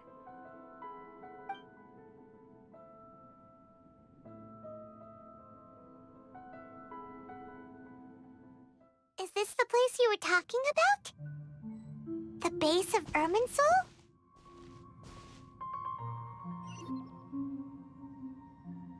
Well, this is the place.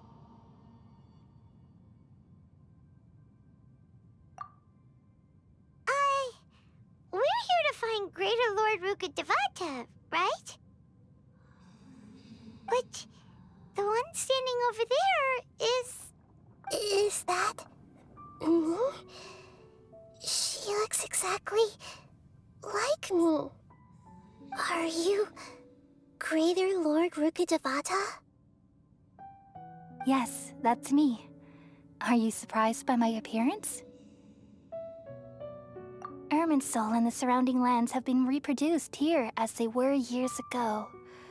But this is just a realm of consciousness.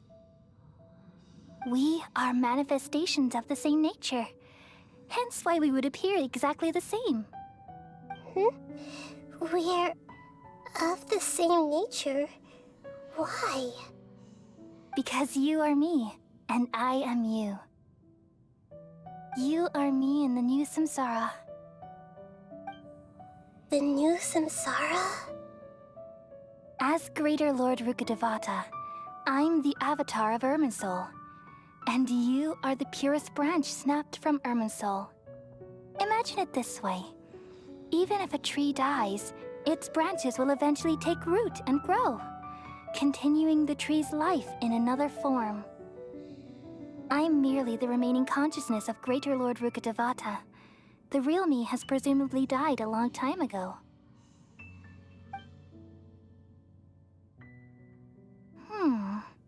Judging from your appearance, I've probably been dead for 500 years. But you're finally here. My new self in the samsara. If this is true, then am I going to be a great Archon like you someday? Though we share the same nature, our fates are bound to be different. All things have their own fate. When a branch grows into a mature tree, it won't be the same as the original tree. That's why fate is the ultimate knowledge, isn't it? That's a great insight. Yes, very good. It's also precisely why you won't become like me. Really? But perhaps you may become an even greater Archon than I. I already see a determination in you that I didn't possess in my time, and the future that it leads you to will be yours alone, along with the blessings from your past experiences. Don't worry, the growth of wisdom is like that of a plant. You only need to wait quietly for the flower to bloom. Come to think of it, the sages never had the faintest inkling of the meaning of wisdom. Thank you. Nothing makes me happier than discovering that the Archon I always admired was in fact myself in another fate. It's so nice to speak with you, Greater Lord Rukkhadevata. I've always wanted to meet you. The feeling is mutual. From the moment I snapped the branch off Irminsul and created you, I've also looked forward to talking with you. Could you tell me why you wanted to create me? And what exactly happened when you died? Ah, I see. You're here seeking answers, right? Everything that day, even the sky itself, changed into a color like this.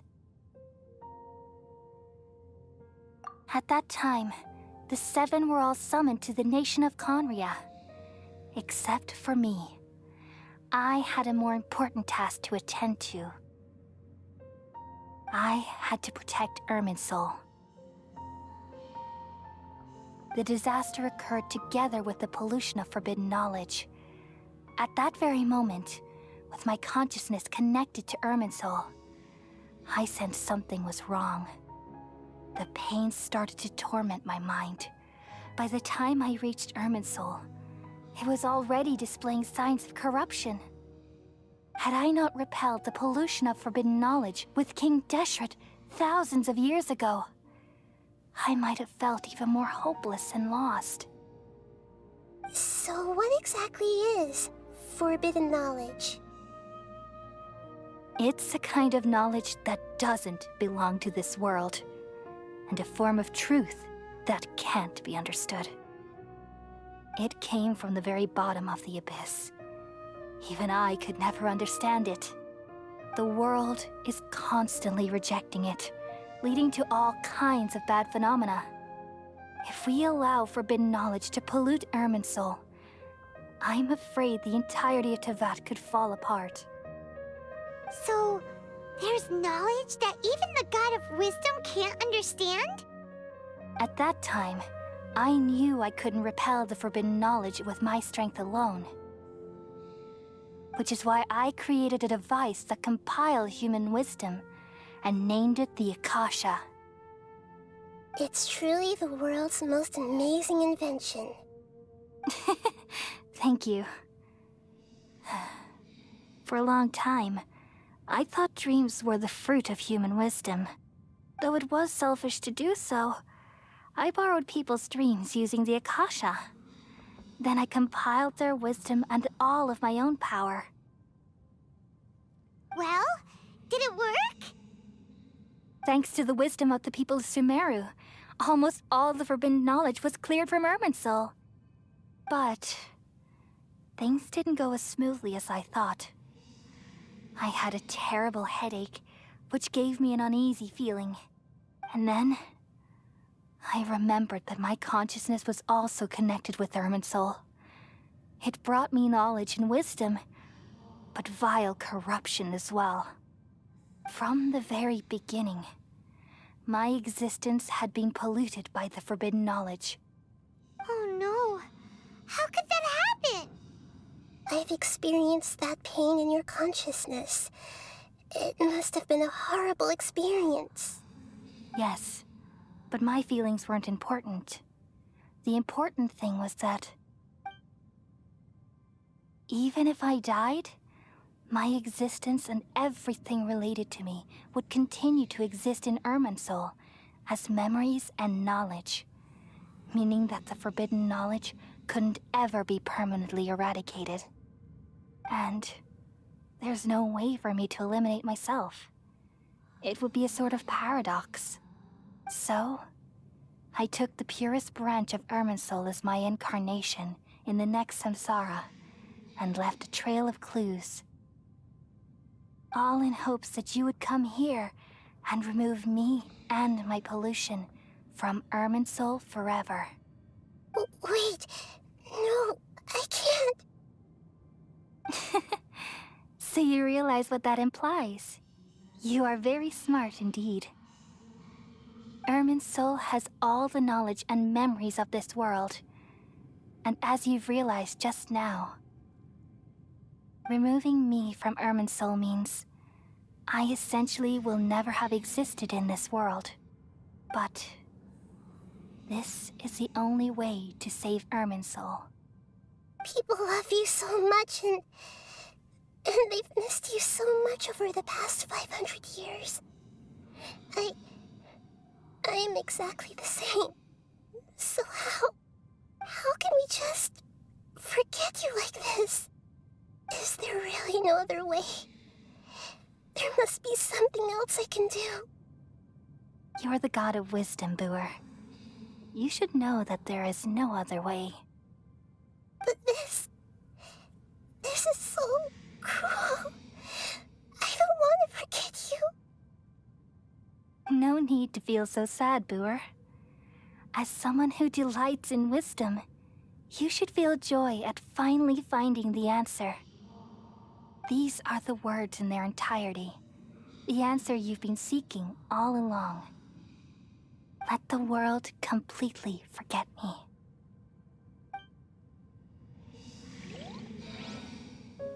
We all nestle under the great tree of wisdom, peering out to perceive the world. From the earth and from the rain, we perceive its wonders, until we become a white bird to perch atop a branch, and finally snap off the most important leaf. Once upon a time, I alone dreamed in this world. In my dreams, everybody would also dream after they fell asleep. Wild and wonderful thoughts would emerge from their minds. Some tumbled to the ground, and others floated to the sky, connecting all things in the world into one dazzling net.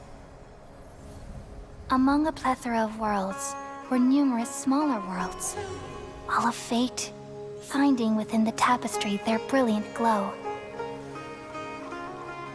I gradually understood that these indescribable and constantly changing things are the most profound things in the world. Only they can completely repel the madness. Only dreams can awaken consciousness from the deepest darkness.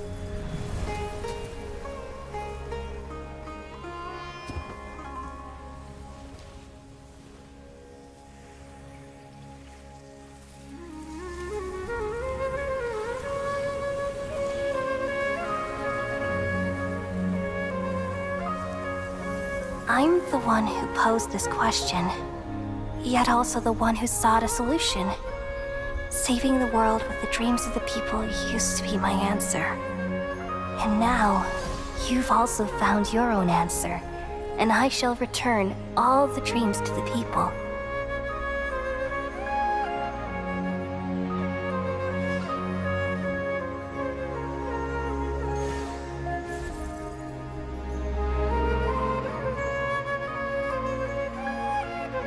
Goodbye, people of Sumeru. May you be blessed tonight with the sweetest of dreams.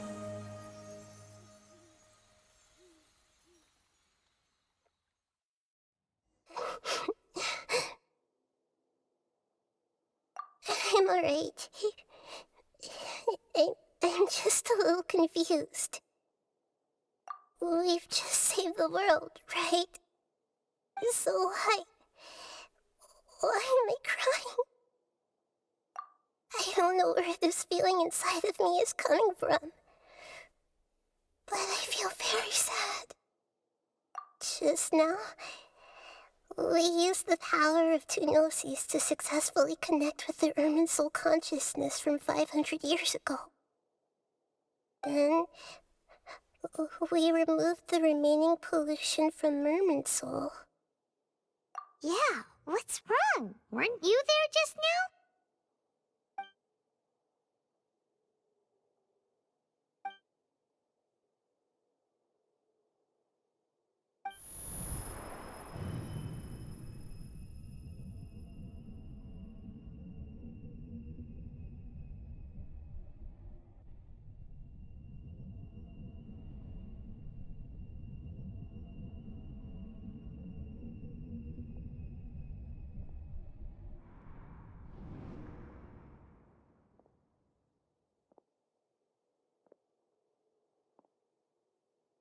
Huh?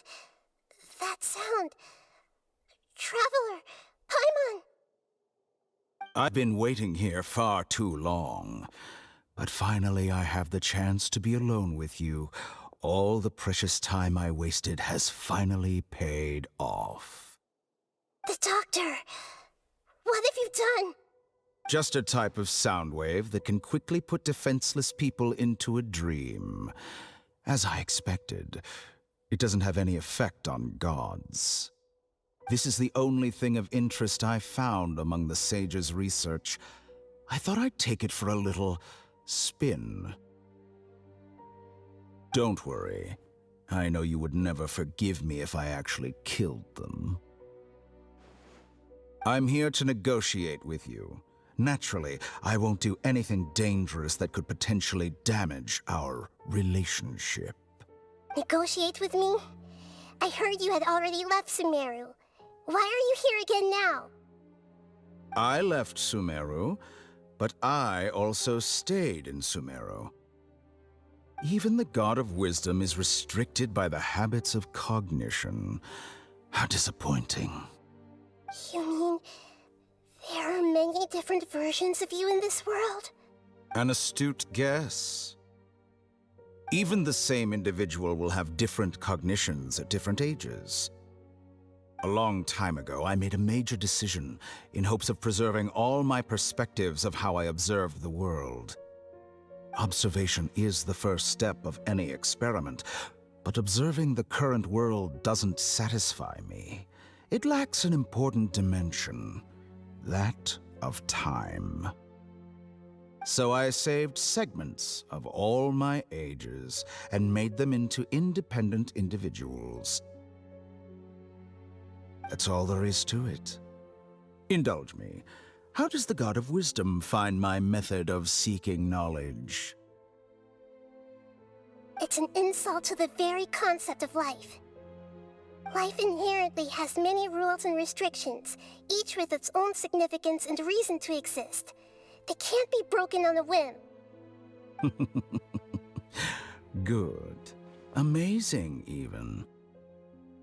Indeed, it's difficult for humans to make peace with themselves, not to mention oneself from a different period.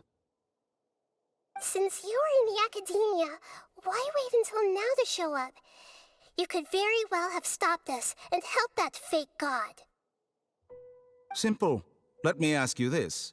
Would any staff member ever help the subject in the middle of an experiment? It was my experiment. So why should I interfere with the results? The academia saw the plan to create a god as their ultimate goal, yet you only saw it as an ordinary experiment. You really are crazy. If the experiment succeeded, you would have had a new god on your hands. How would you have faced your own god then? Would you still take the same stance? Would you still hold the same view of yourself? I'm first and foremost a scholar. These results should be left to the judgment of the hypothetical me confronted with that outcome. But you're right.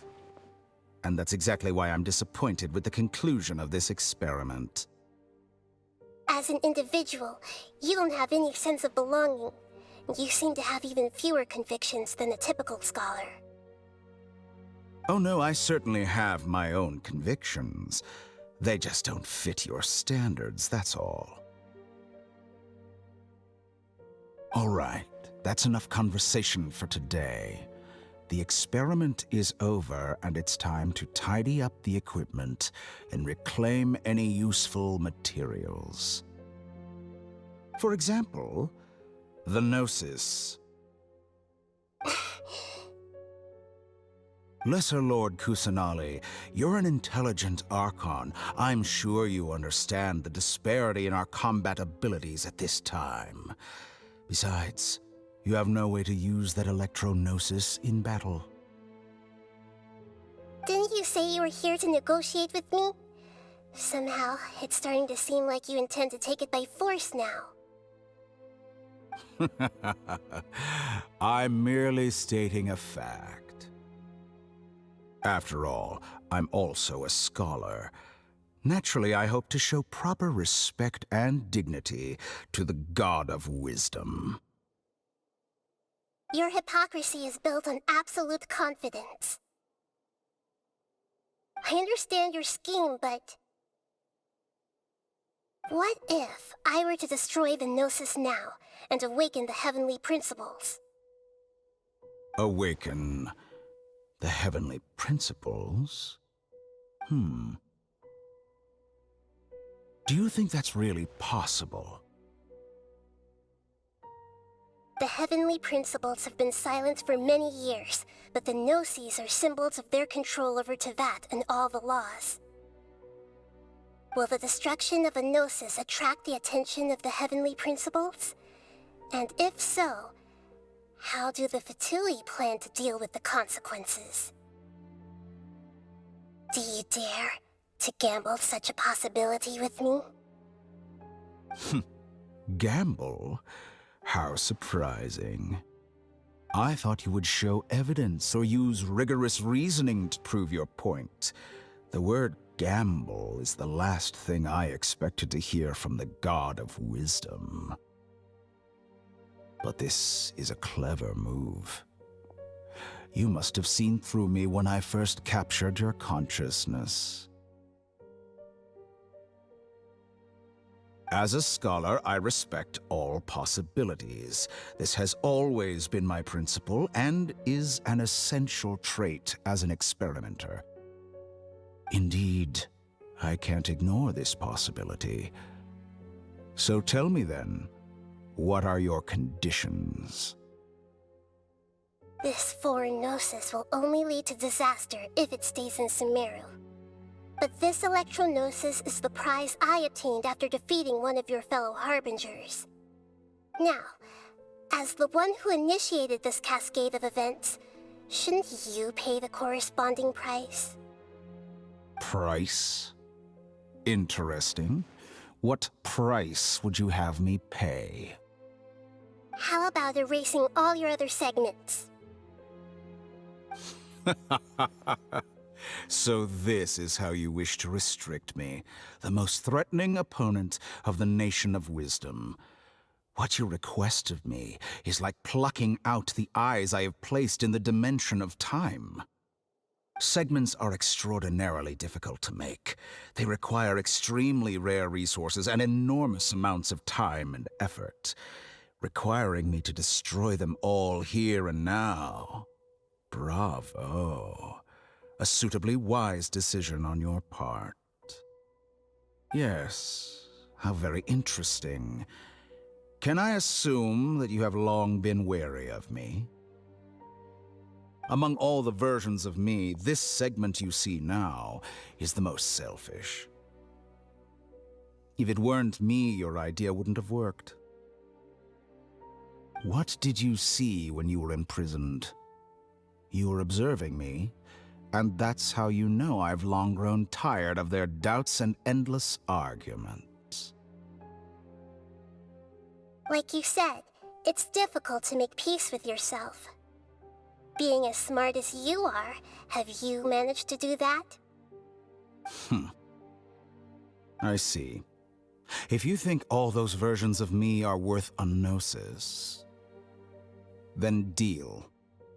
You sure didn't hesitate much. Is the relationship between all the versions of you really that bad? I don't think there's any need to dwell on that. The surplus versions of me can be exchanged for a gnosis. Do you think anyone can offer themselves at a higher price? Besides, with my abilities, it's only a matter of time until I find better perspectives. Perhaps it's best to say, you're just temporarily ahead.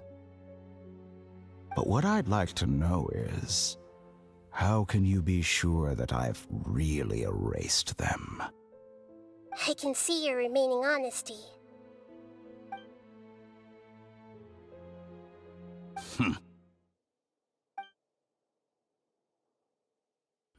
What a ridiculous decision!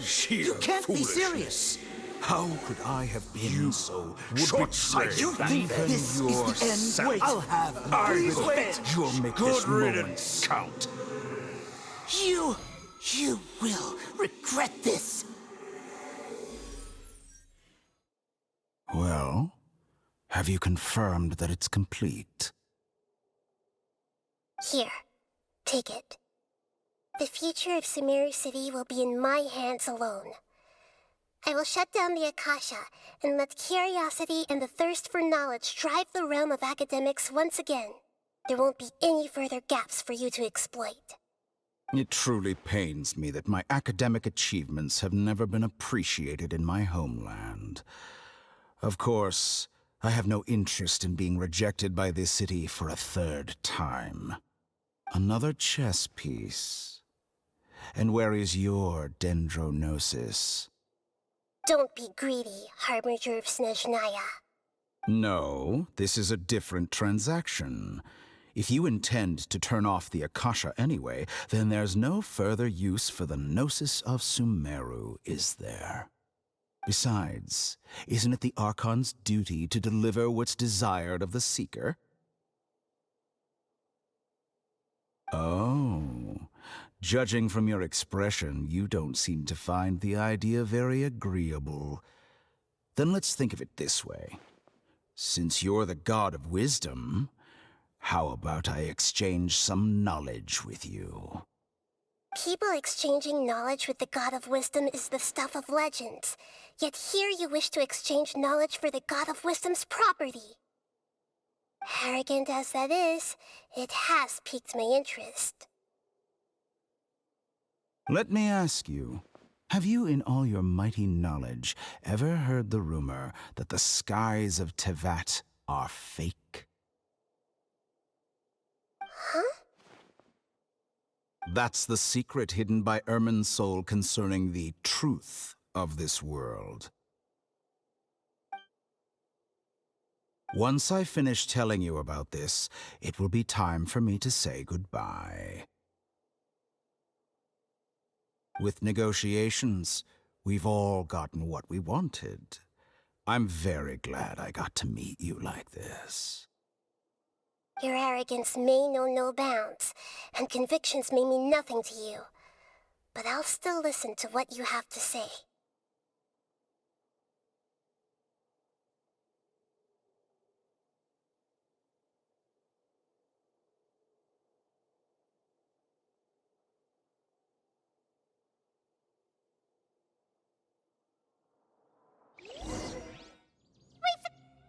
Together! Okay, wake her up.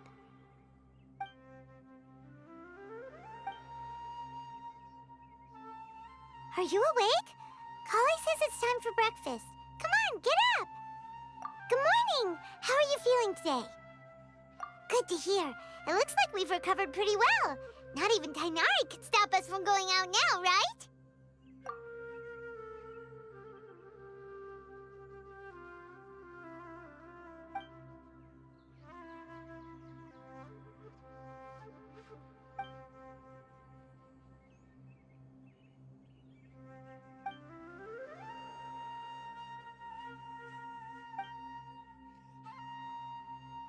Come on, Traveler, let's go.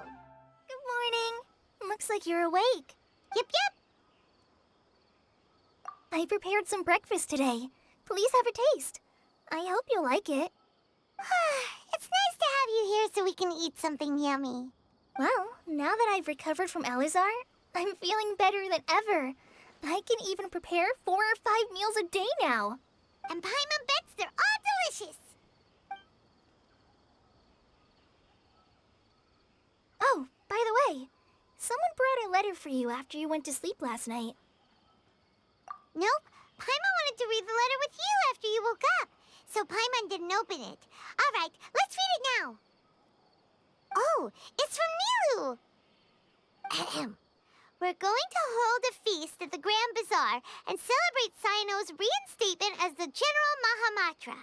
As heroes of Sumeru, please be sure to attend. I'll wait for you. The date of the banquet is written on the back. It's in 2 days. Oh, I've also heard that you've become heroes here as well. That's amazing. Everyone's aware of your abilities. There's no need to be modest. Anyway, let's go to the Grand Bazaar to have a look. Oh, before you leave, be sure to inform Master Tainari. Tainari! Good morning. How do you feel today? We feel much better. How about you? I'm recovering well. Thanks for asking. But from the looks of it, you seem to be already busy with work again. It's fine. I'm not that busy, really. The Elazar patients have recovered, as well as Hypatia. For now, I only need to tend to my Forest Watcher duties. It seems once Irminsul started getting better, everything else started to recover too. Yes, but there are still some residual effects. The withering is one example. Though it won't spread anymore, the existing zones won't just disappear. We forest rangers will still need to do the work. By the way, we have some good news. Cyno got his position back. This news is hardly new. He had already mentioned it to me before. Huh? You mean he was already here? Why didn't he come to say hi to us? He visited once, but he was afraid of disturbing you while you were resting. He just asked me a few questions and left. Then you probably already know all about the celebration feast. Celebration feast? No, I haven't heard anything about that. Huh? But didn't Nilu say in her letter that they would celebrate Cyno? He didn't tell you? Perhaps, or alternatively, he doesn't know about it either. Come to think of it, Cyno doesn't seem like the type who'd enjoy a celebration feast. You and Kale are both Cyno's close friends. Why don't you come to the feast with us? Kala has taken over some of my tasks these days. I don't think she'll have time for it. Not to mention me. You see, some VIPs have come to the forest recently. Huh? VIPs? Very important Paimons? Well, technically speaking, they are former VIPs. The sages involved in recent incidents have begun their training in the Avidya forest, and the people they had previously imprisoned have all been released. Huh? Yes, he's a little weak, but he isn't injured and his condition is stable. Lesser Lord Kusanali, in her boundless mercy, has decided to spare Azar and the other wrongdoers. Supposedly, they were ashamed of their shallow ideologies and have decided to dedicate the rest of their lives to cultivating wisdom in the Avidya forest. When they learned that Lesser Lord Kusanali had defeated the Balladeer and saved Irminsul, they were shocked at first, but also became happy, feeling that the sacred light guiding them on the path of discovering wisdom had begun to shine once again. As a result, work has increased for the forest rangers. That sounds really exhausting. There's nothing we can do, really. But that's another topic. Back to the matter at hand. Are you two planning to head out? Ah, right! We're here permission to head out. Would that be okay? You've recovered well. You may go, but be careful. Yay! Will do! Well, there won't be any problems if the feast starts at that time. Everything has already been prepared. Mr. Zubair, I finished tallying things up here. Well, except for the guests. Is a simple reply really that much to ask of our guests? It's affecting our arrangements. Oh, it'll be fine. Besides, it never hurts to get things ready in advance. I was thinking the same thing. The feast will be held sooner or later, right? Hey, Nilou! Traveler, Paimon! We got your letters, so here we are! You're the best! The other guests haven't even replied yet. Huh? Are we the only ones that have arrived? Yeah. I had someone deliver letters to all of our guests. But maybe everyone is still busy with other things. Look, I get it. Sumeru is in an extremely important period of transition right now, but even if your friends are important figures, they shouldn't just ignore your request like this. Nilou is Sumeru's #1 celebrity, after all. You have no idea how happy I am to talk to people with good taste. If you consider enjoying Nilou's dance as having good taste, then almost everybody has good taste. Because Paimon thinks everybody will love her performance. That's right. We all think she's amazing too. Nilou is an absolute favorite among those of us who frequent the Grand Bazaar. For Outlanders, you have a great eye. Master Zubair, let's have a vote for the most outstanding audience members next time. I think these two may win. Nonsense. It is not for us to determine the value of an audience.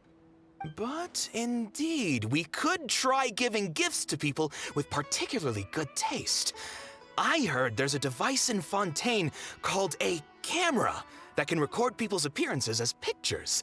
Such pictures would make superb gifts. Ooh, good idea. I wonder where we can find one. I don't want you giving pictures of me to everyone. I'm satisfied just being able to perform here. There's always a lot going on at the Grand Bazaar. Yeah, and that's why I love it here. Traveler and Paimon, could you help confirm if the letters were actually delivered? If for some reason they didn't receive the letters, then please tell everyone that there will be a feast here. Yeah, we can also check out how everything in Sumeru is going now. When I wrote the letters, I heard that Dia was in Port Ormos, and Alhaitham was at the Academia. As for Sino, we've only heard that he appears at the Academia from time to time. I'm not too sure about Ramon's whereabouts. My guess is that he's with Dia. As for Dunyarzad, I just hope she's feeling better. I sent her a letter, but I was afraid of disturbing her. If you have time, please ask about her for me. Okay, got it. Let's go, Traveler.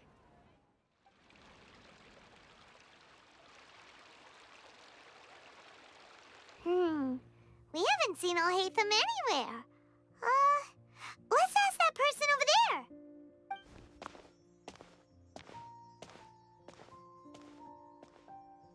Hey there, have you seen Alhaitham around? Yes, it seems Scribe Alhaitham has gone to the House of Dana. You should be able to find him there. But you're already the second group of people I've seen looking for him today. He must be quite the busy man. Oh? Who else was looking for him? Mr. Cavey was just here asking about him. You wouldn't believe how terrible their relationship is. And now you two are here. Don't tell me everyone's here looking for gossip about the sages. No way! We're strictly here on business. Ah, I see. Sorry, I thought maybe everyone's as interested in rumors about the sages as I am. Alhaitham should be around here somewhere, right?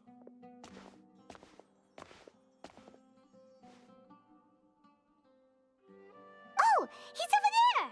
But it looks like he might not have time for us. Just put down that worthless book and tell me what happened in the academia. This is not just some worthless book. Do you have any idea how difficult it is to find a physical book like this in Sumeru? It doesn't matter. It's probably just another thing that you used your authority to get your hands on anyway. Just put it aside. Listen, I came back today only to hear that the sages have disappeared. Oh, you sound surprised. I thought you would already know the inside story. Would I be here asking you if I knew? You're the scribe, not me. So just tell me what you know already. Well, I almost became a sage. Huh? Oh, don't sound too surprised now. You're the renowned Kaveh, light of the Ksharawar. Besides, as a master builder and craftsman, chances are you'll be appointed as a sage too. Why do I feel like you don't really mean it? Huh. What makes you say that?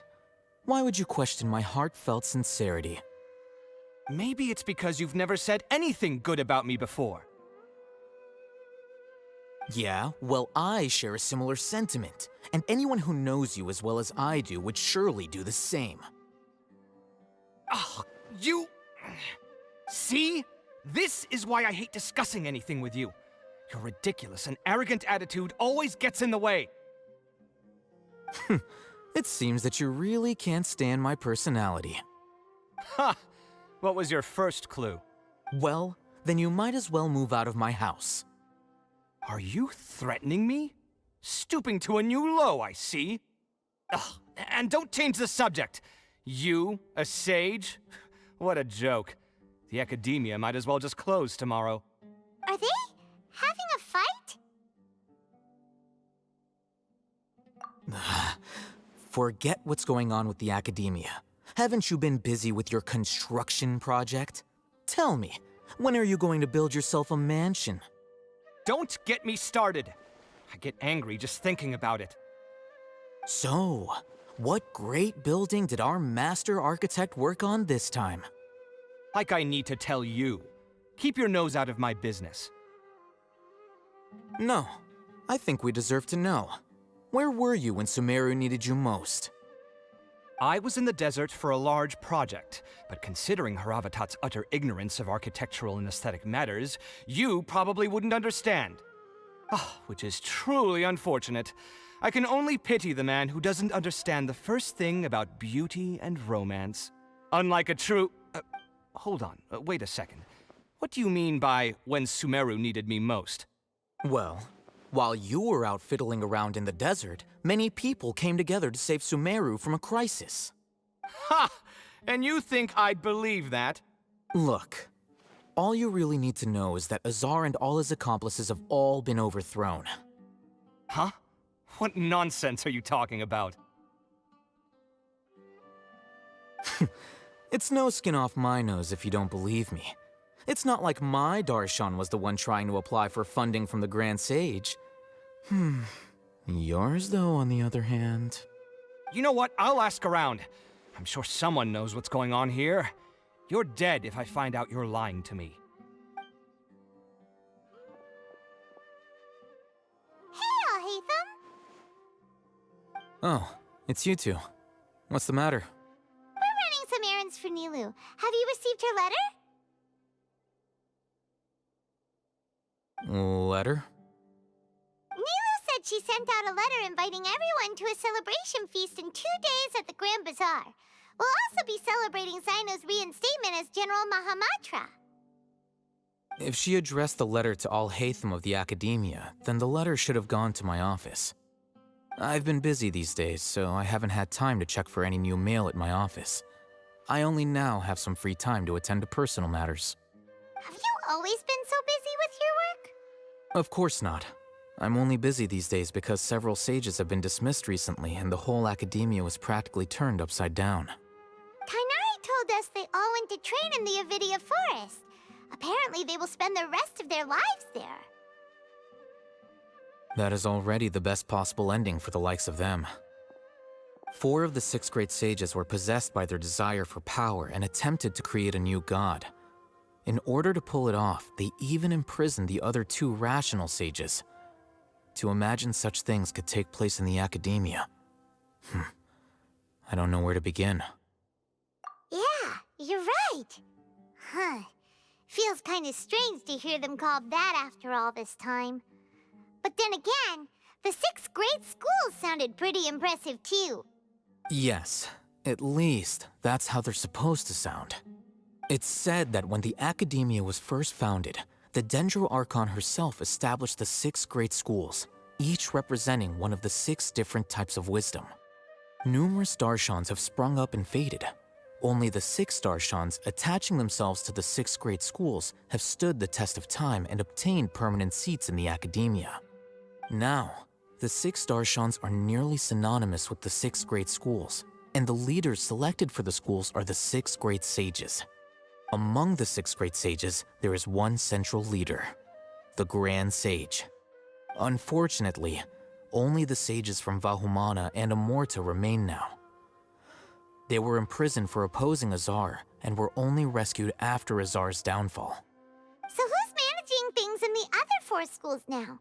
Do they need to find someone new? Yes. Normally, new sages are selected based on a strict set of criteria. Oh, didn't you just say something about becoming a sage? If they pick you, then we'd have a huge connection in Sumeru. Yes, about that. You didn't let me finish my sentence. The person in charge of personnel affairs nominated me to be the Grand Sage in place of Azar and help Lesser Lord Kusanali manage the academia. But I refused. Huh? But why? Can't you be a little more ambitious? I'm not even interested in being one of the 6 great sages. Like I said before, I don't like being a leader. Oh, all right. So are you busy these days trying to find others to take the job? That's not my job either. I'm only responsible for handling important affairs within the academia before the new sages take office. And the first thing I'll do is reject Kasharawar's application for funding. By the way, who was that other person just now? Is he your friend? Do we look like friends? Paimon doesn't know. That's why Paimon's asking. His name is Kaveh, my roommate. You could say he's the representative for Ksharawar scholars. Which is exactly why he always has so many problems. So everything that's happened recently must be a huge change for the people of Sumeru. Such is the work of the Academia Scribe. Well, anyway, no matter how busy you are, since you are our planner, remember to attend the celebration feast in 2 days. All right, I'll see you there. This is Port Ormos. Now where could... Is that Paimon I hear? Huh? Oh, it's been a while. How are you doing? Dinyarzad! It's been so long since we've seen you! I'm doing well. I can go as far as saying I have never been happier in my entire life. I don't know if you've heard, but Elazar has completely disappeared, and all the patients have recovered. You kidding? Knowing them and the connections they've got, I'm sure they've heard about it. Yeah! That's right. My lady is feeling better now, so I'm accompanying her for a walk. Why do you still call me that, Dia? You've already informed my father of your resignation. I guess I'm just used to calling you my lady. Old habits die hard. Resignation? You mean you're quitting? Yeah, I might start losing my edge if I keep being a bodyguard for the Homayanis.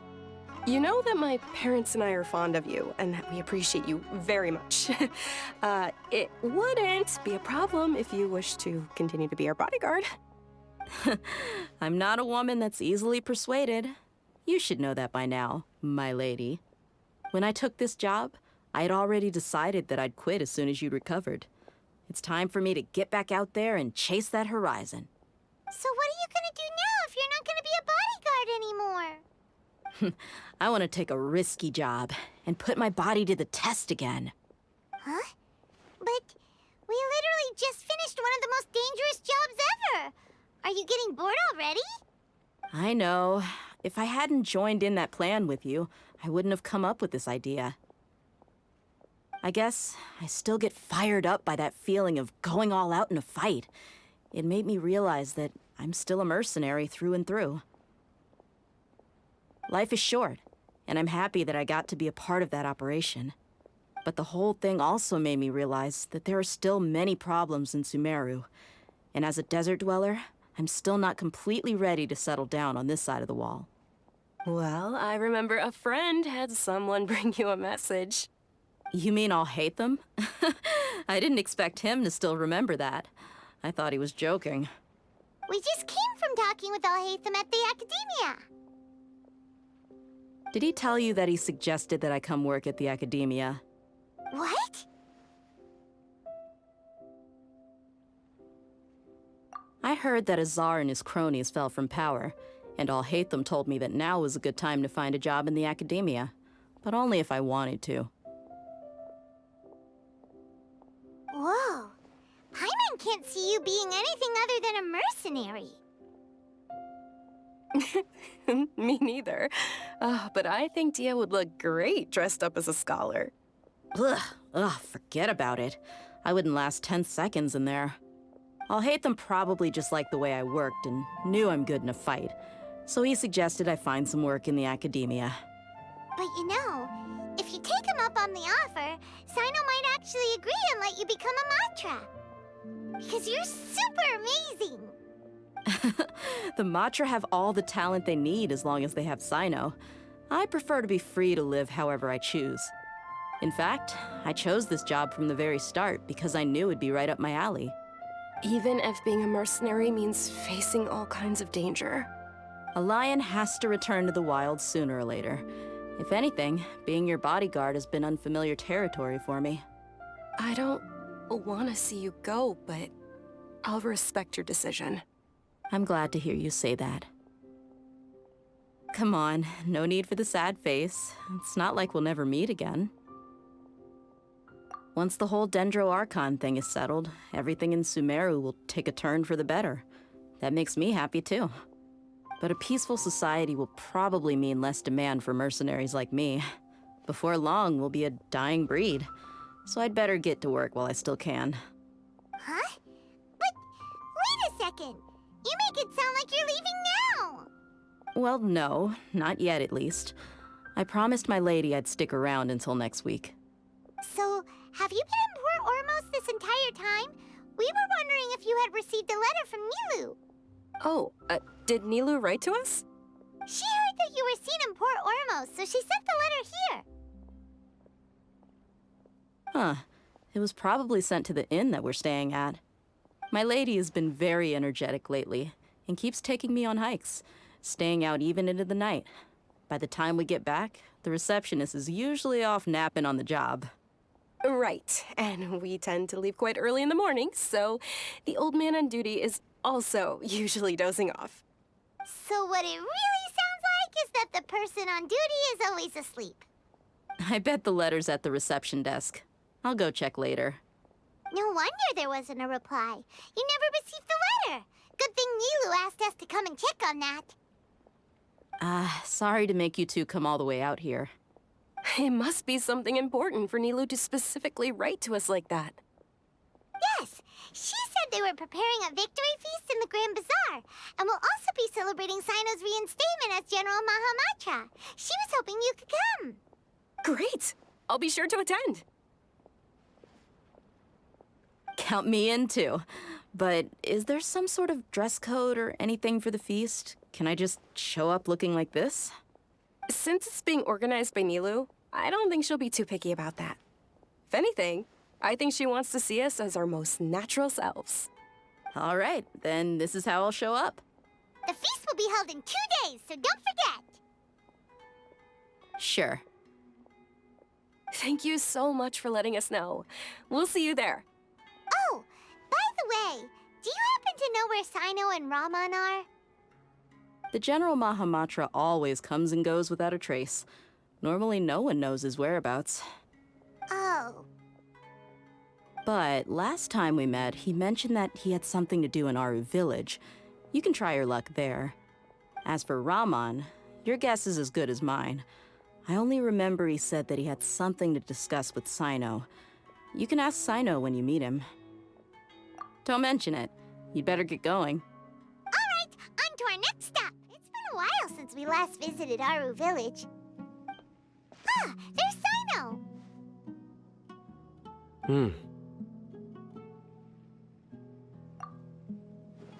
What brings you here? We recovered well, and Tighnari agreed to let us leave, so now we're out and about again. It seems Gandharvaville's medical treatment is still as good as ever. And Tighnari is recovering well, too. That's good to hear. Yeah, you're the one who brought us to him when we lost consciousness, right? Thanks for that. You're welcome. Tighnari has excellent medical skills, and Kale is quite attentive. It was the best place for you. But why are you just standing here like a dead tree? I'm meeting some people. Oh, you mean Candace? I've already talked with Candace and the village chief. They're still at the usual place. You can go there if you'd like to see them. But you know one of the people I'm meeting as well. Oh, by King Deshret's blessing, my friend suddenly appears in the desert.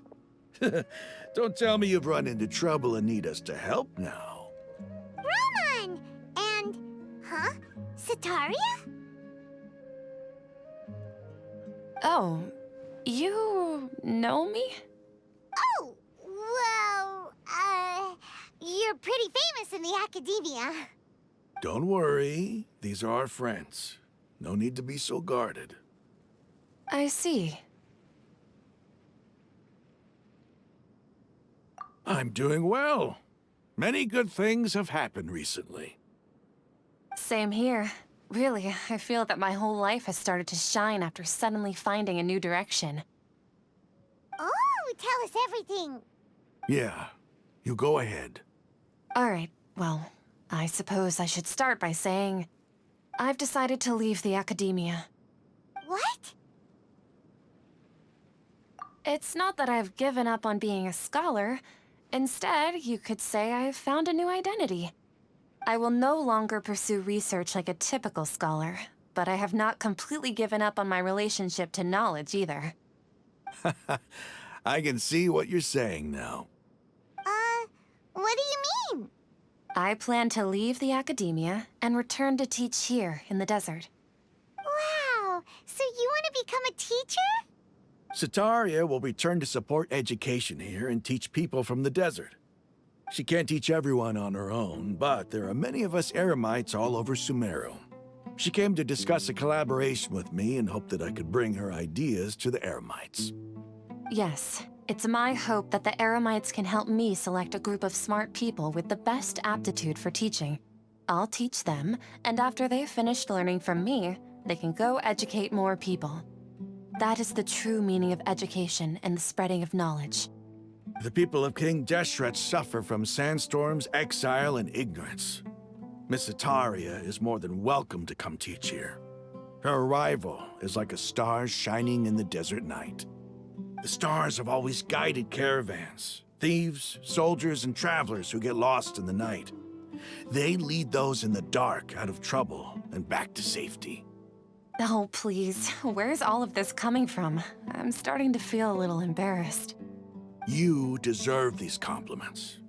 Mercenaries are accustomed to danger and don't fear death, which is why we recognize extraordinary actions that common people would easily overlook. Sataria's idea will bring much good to many people. At first, I feared it was destined to fail. Everyone knows that the academia doesn't allow scholars to teach in the desert without permission. As you know, all knowledge is under their surveillance and control, and very few desert dwellers are as lucky as me. But what I heard at that time has been haunting my heart, as if there were lightning bolts constantly bombarding my soul. Sataria, you tread a treacherous path, and the longer you ignore it, the tighter the Academia's grasp on you will become. Sataria, why haven't you gone home? Never forget that the desert that belongs to you lies elsewhere. Miss. These words sparked something in me, and I knew that I had to bring something back to my people after going home. I gathered up the courage to approach the Grand Sage, only to find that he was no longer at the Academia.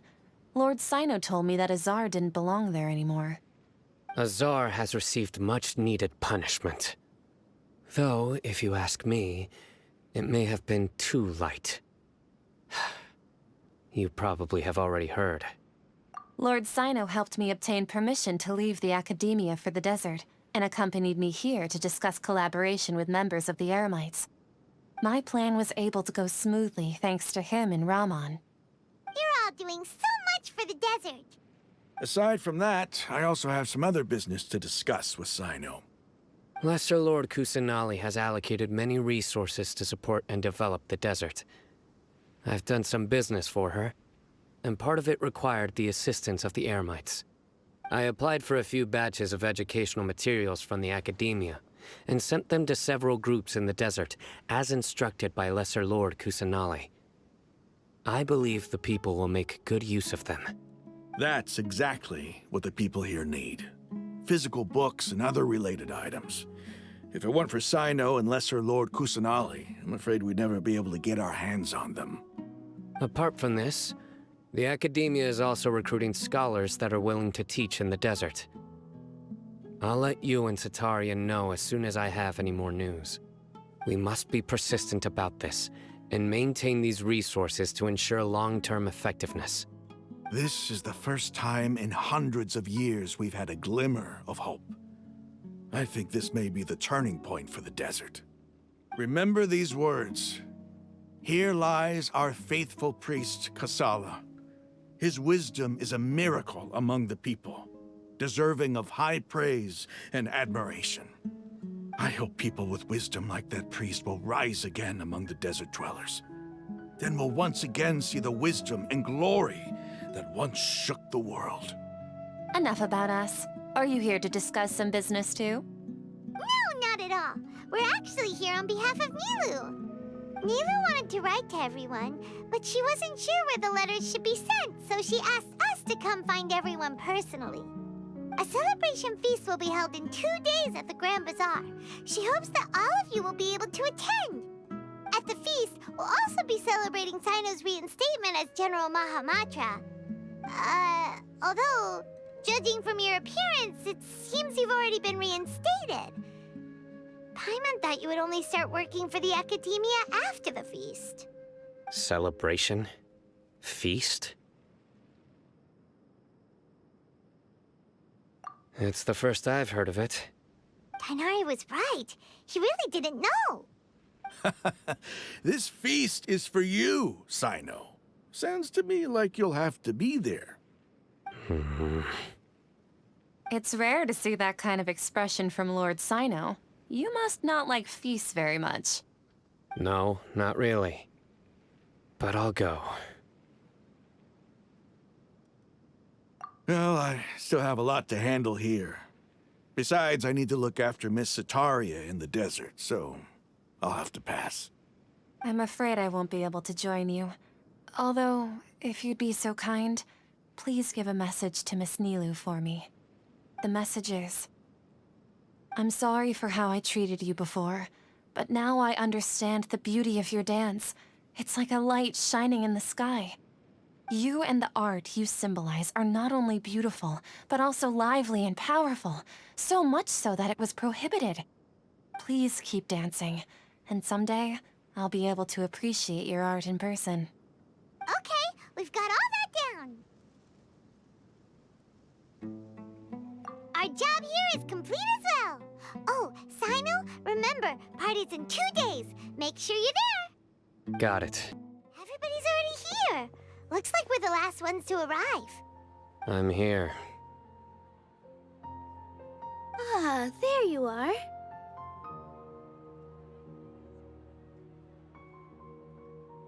Well, look who finally decided to show up. You look like you came here immediately after finishing up some work. I'm very happy to see you here. But we're not late, are we? It's just that everyone else arrived ahead of time. I propose that the last one who arrived be put in charge of today's speeches. Nah, there won't be any speeches today. Oh, really? Well, even better. Come join us over here. Let's share some great food and drinks, and chat about all sorts of fun things. Everything looks quite good. Wow! Paimon can't wait! Traveler, just look at all the delicious food here!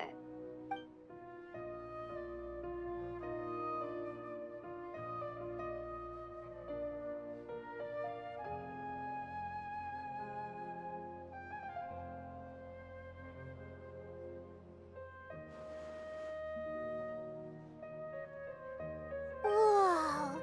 It's so delicious! Oh, this grilled meat tastes amazing! The food was specially prepared for you by everyone in the Grand Bazaar. And we have gifts that were sent by the residents of Sumeru City when they heard we were holding a feast. Everyone that came said that you saved Sumeru and wanted me to thank you all on their behalf. Ah, feels kinda nice to be seen as a hero. I could get used to this. Being a bodyguard is also a hero's job. You've always been amazing, Dia. My lady sure has a way with words. Thanks. I'm glad to hear it. And I'm happy to meet everyone that participated in the great plan. Don't mention it. Come to think of it, we've really done something impressive together. It's unbelievable. We owe it to our abilities. And luck. Really? Why do I remember everybody thinking that luck was against us and feeling like we hardly had a chance of succeeding? That's how I remember it too. It's luck that brought us together, and it was luck that let us form a team. Then, it took even more luck for us to formulate a plan and implement it successfully. Moreover, judging from the results, everything worked out well. Yeah, everyone gave it their all when it mattered most. It was almost like a performance. We took the stage and put on our best show. Everyone played their part, and thanks to everyone's efforts, the performance was a great success. So, would you say we're good actors too? It's such a blessing that Lesser Lord Kusanali was able to return to power at the Academia. Yes, even after being abandoned and neglected so many times, she's finally returned. Uh-huh. Lesser Lord Kusanali once used all her power in a great disaster, which resulted in her losing all her wisdom and memories of the past. The Academia basically abandoned her because of it. This should be something everybody should remember. Huh? You look surprised. I didn't say anything wrong, did I? No, everything you said is correct. That's good. Something wrong? Yeah, what's with that face? You knew all of this already. Even if those two giants of the Academia are here, I still have to say it. Those sages really have some nerve. 500 years ago, Lesser Lord Kusanali used all her power for the people of Sumeru, and what did they do in return?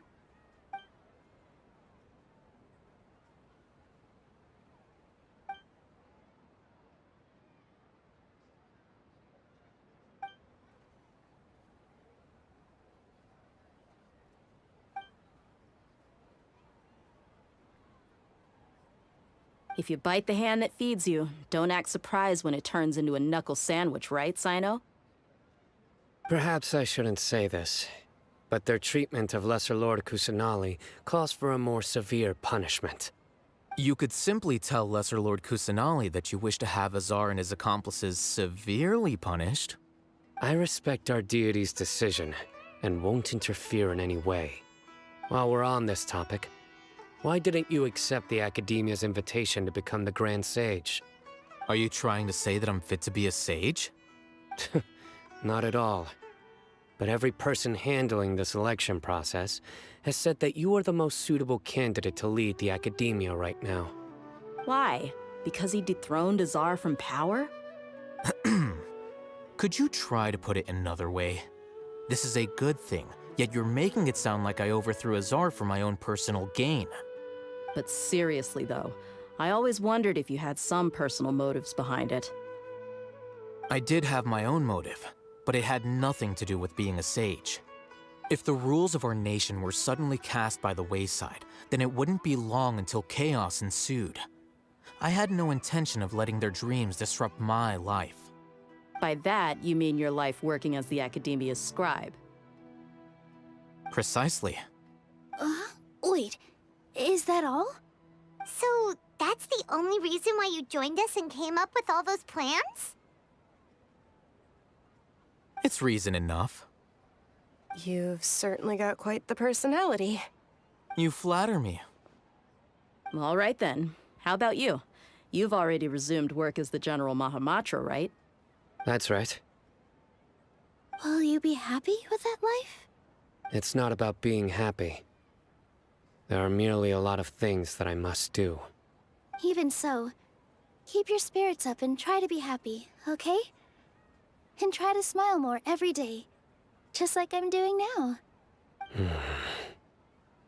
Thank you. I'll keep that in mind. I seldom participate in such lively gatherings, but the atmosphere here is quite good. No, this gathering today has a unique meaning. The Grand Bazaar is lively because the people here feel happiness from the bottom of their hearts, unlike the farces at the Academia. That happiness is an emotion that'll be forever alien to those bookworms who have driven themselves insane by studying. I seem to have taken both keys when I left the house. Oh well. Ah, there you are, traveler. Well, how is it? Are you enjoying the feast today? If there's anything you're unhappy with, just let me know. I'll be sure to take note of it. That's good. It's the first time I've ever invited so many exceptional people to one place. I was a little nervous myself. You see, every guest here is quite extraordinary. It's unbelievable that we've got everyone together here. Almost like a fairy tale. Make sure you live it up tonight. I'll be happy as long as you're enjoying yourselves. I'm honored to have her think of me this way. If I have a chance in the future, I would really like to invite her to one of my performances. I can't explain why, but I just feel elated right now. Thank you. My lady, the grilled meat over there is delicious. Have you tried it? Yes, I also tried some fruit just now. Oh, they're very sweet. What an amazing place to relax. No wonder everybody likes to rest at the Grand Bazaar. You said it. Oh, look who else is here. Hello. Oh, I'm so happy Nilu invited everybody. Oh, now I have the chance to meet all the heroes. Hey, less of that polite chit-chat and more eating and drinking. The feast is about having fun, not stuffy formalities. The atmosphere here is good, and everything is delicious. Yeah, I don't often come to such places, but it feels quite good. I have a lot to handle these days. Otherwise, I could show you around. There's always next time. We're friends after all. This feast is pretty good. I like it.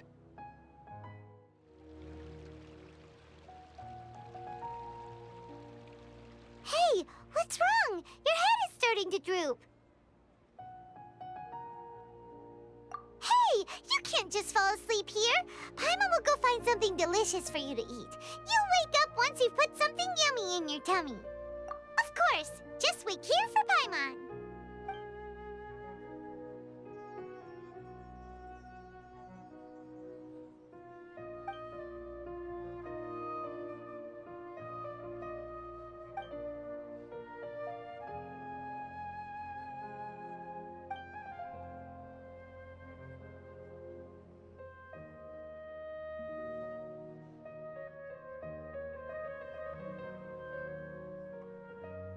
It's me.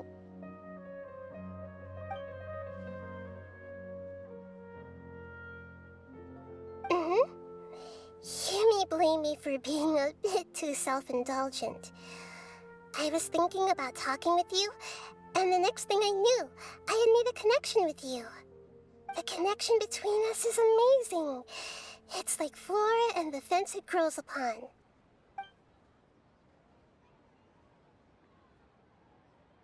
I heard there's an amazing celebration feast today at the Grand Bazaar. I wanted to have a look for myself, so I snuck in.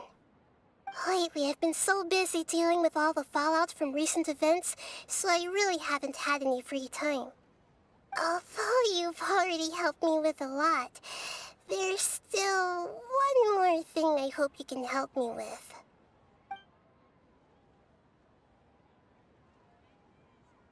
Please say thank you to everyone for me.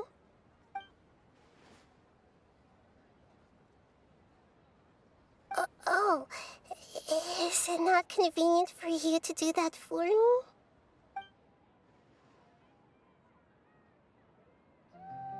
But if I just show up all of a sudden, people will become all quiet and stiff, won't they? What if I end up scaring them and ruining this wonderful feast? That'd be the last thing I want.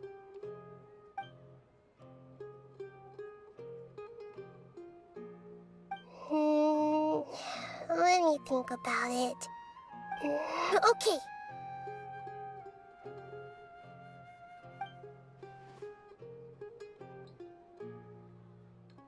Yes, I have.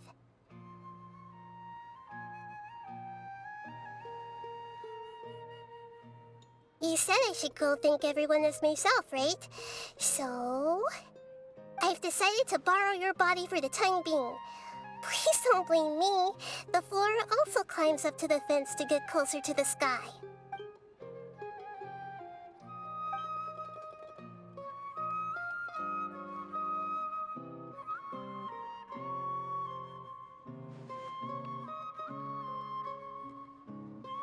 Everyone! Are you awake now? Paimon was just about to bring you the food. It's me. Huh? That voice. Nahida? Hold up. What's going on? I didn't expect to have a conversation with the consciousness of Lesser Lord Kusanali in the Grand Bazaar. Interesting. Is this also a part of the feast? No, of course not. Are you Lesser Lord Kusanali? Hello, Nilu. You know who I am? Yes, I already know every one of you.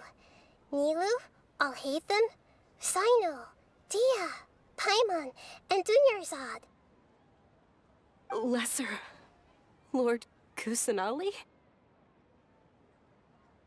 I took the liberty of occupying the traveler's body so that I could thank all of you in person.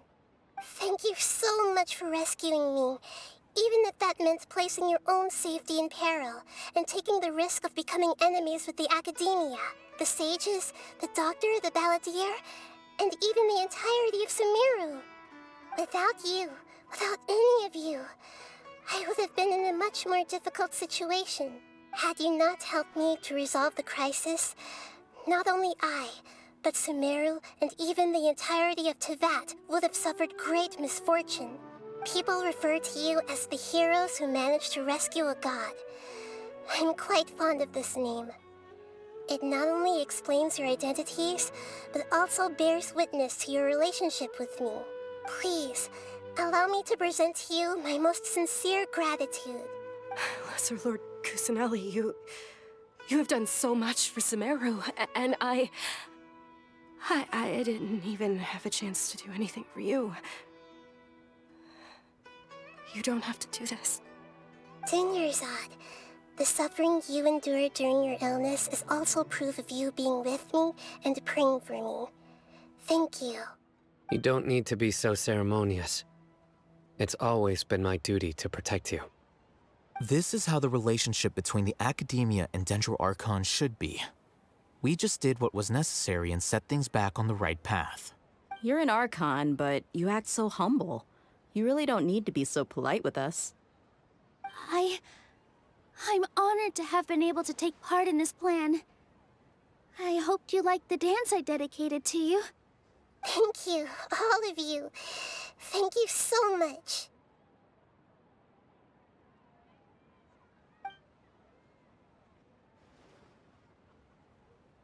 Yeah.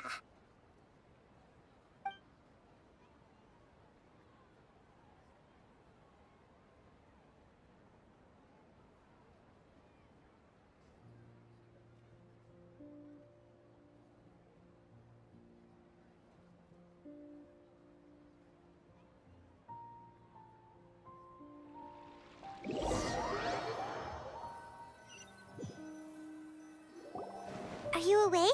Did you rest well? After Nahida left, you ate a lot of food. You've become a glutton. That just means you still have a lot to learn from Master Paimon, the Sage of Gluttony. All right, since you're awake now, should we go and have a chat with Nahida? She should be in the academia right about now. If you have any questions, now's your chance to ask. Nahida! Hello, Traveler and Paimon. What a fantastic night. I'm still immersed in all the happiness and joy, like a candle floating on water. So are we, and that's why we're here to talk with you. Is there anything you want to know? After recent events, the Akasha can no longer function as it used to. I've given it some thought, and have decided to shut it down permanently. But this is definitely not a bad thing. Even from the beginning, I've been planning to shut it down. The Akasha's centralized administration of knowledge has always restrained people's curiosity and curtailed the number of paths available to them. I don't think this is good for Sumeru. Although people may initially feel a little uncomfortable with the loss of the Akasha, they will soon understand that this life is more suitable for them. And as for the future of Sumeru, I'm preparing to regain control of the academia. The former sages have received their punishment, but the new sages have yet to be selected. I will oversee the process personally. I hope that the new 6 great sages will be more focused on academics. Sumeru needs such leaders more than ever. The other big issue is the people of King Deshret. All the residents of the desert, in fact. They have been mistreated for far too long. I've already taken some measures to address this. It will take some time to rebuild everything, but no matter if it's culture, friendship, or trust, we will rebuild it. You mean, what happened after the doctor put you to sleep? Not exactly. The top-ranked Fatui Harbingers, up to number 3, possess power comparable to that of gods. I was no match for him in that kind of situation. However, in spite of the bad situation, I still managed to make a fair deal with the doctor. I'm sure you remember the entity that changed your fate, the Heavenly Principles. In fact, the Heavenly Principles has been quiet since the Conria disaster 500 years ago. I used this point as leverage against the doctor. I told him that the Heavenly Principles may be awakened if I destroy the Gnosis. Although it's just a bluff, he still fell for it.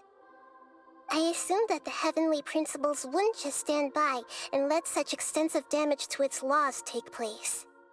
And as for what I exchanged for the Gnosis, the exchange served as both punishment for the doctor, as well as a boon of new knowledge that I couldn't refuse as the God of Wisdom. He's still in a coma. I've hidden him like how one would hide a feather. I know you have many misgivings about him, but as someone who had become a god, he has retained a number of very useful features. Don't worry, I'll keep an eye on him and make sure he doesn't do any evil. In addition, there are still some mysteries left in him. Some things may be very clear from my perspective, but he is still yet to understand them himself. His future will be determined by fate.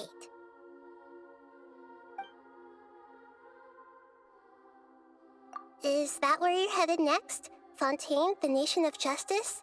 As far as I know, that nation operates in a judicial system. Does their Archon personally judge people? No, there's a Chief Justice in Fontaine. Generally speaking, the Hydra Archon, Focalor, won't preside over individual trials. However, even then, Focalor will still make herself present at just about every trial. It seems that she just likes to immerse herself in that sort of atmosphere. As Archon, she still reserves the right to influence the final verdict. Anyway, let's just say she's got, a very unique personality.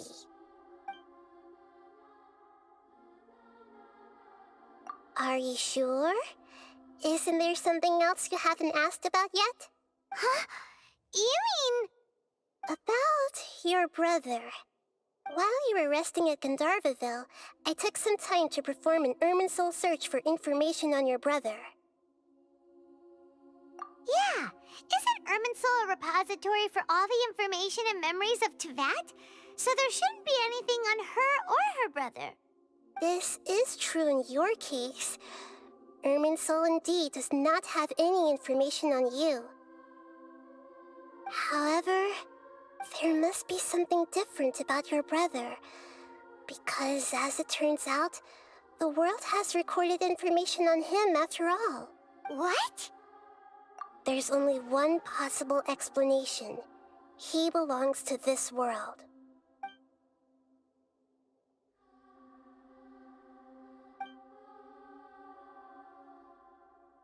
But nothing about this makes any sense! Wasn't this your first trip to Teyvat? According to the records I was able to access, your sibling suddenly appeared in Conria. After the Conria disaster, he began his journey through the 7 nations of Teyvat. But just as his journey was about to reach its conclusion, the Irminsul records on him suddenly become fuzzy. What do you mean, fuzzy? Did something happen to him? All I know for sure is that somebody, for reasons only they can know, is deliberately obfuscating his fate. And whoever it is, if they can do that, who knows what else they're capable of. But even that wouldn't explain how he somehow comes from this world. Something else I noticed was that according to these records, the Fatui have not classified your sibling as one of the Descenders. What's a Descender? Paimon's never heard of it. Look, I'm sure you must be curious about the information I received from the Fatui in return for my gnosis, right? A very important part of the intel was about this world's Descenders. External beings, ones that don't belong to this world. Traveler, you are Teyvat's 4th Descender. Huh? So the Fatui count 3 other Descenders before the Traveler, and her brother isn't even one of them? That's right. My current hypothesis is that the first Descender was likely what we now call the Heavenly Principles. As for the other Descenders, I still need to verify their existence. It could take me some time. Paimon's head's about to burst from all this crazy new information.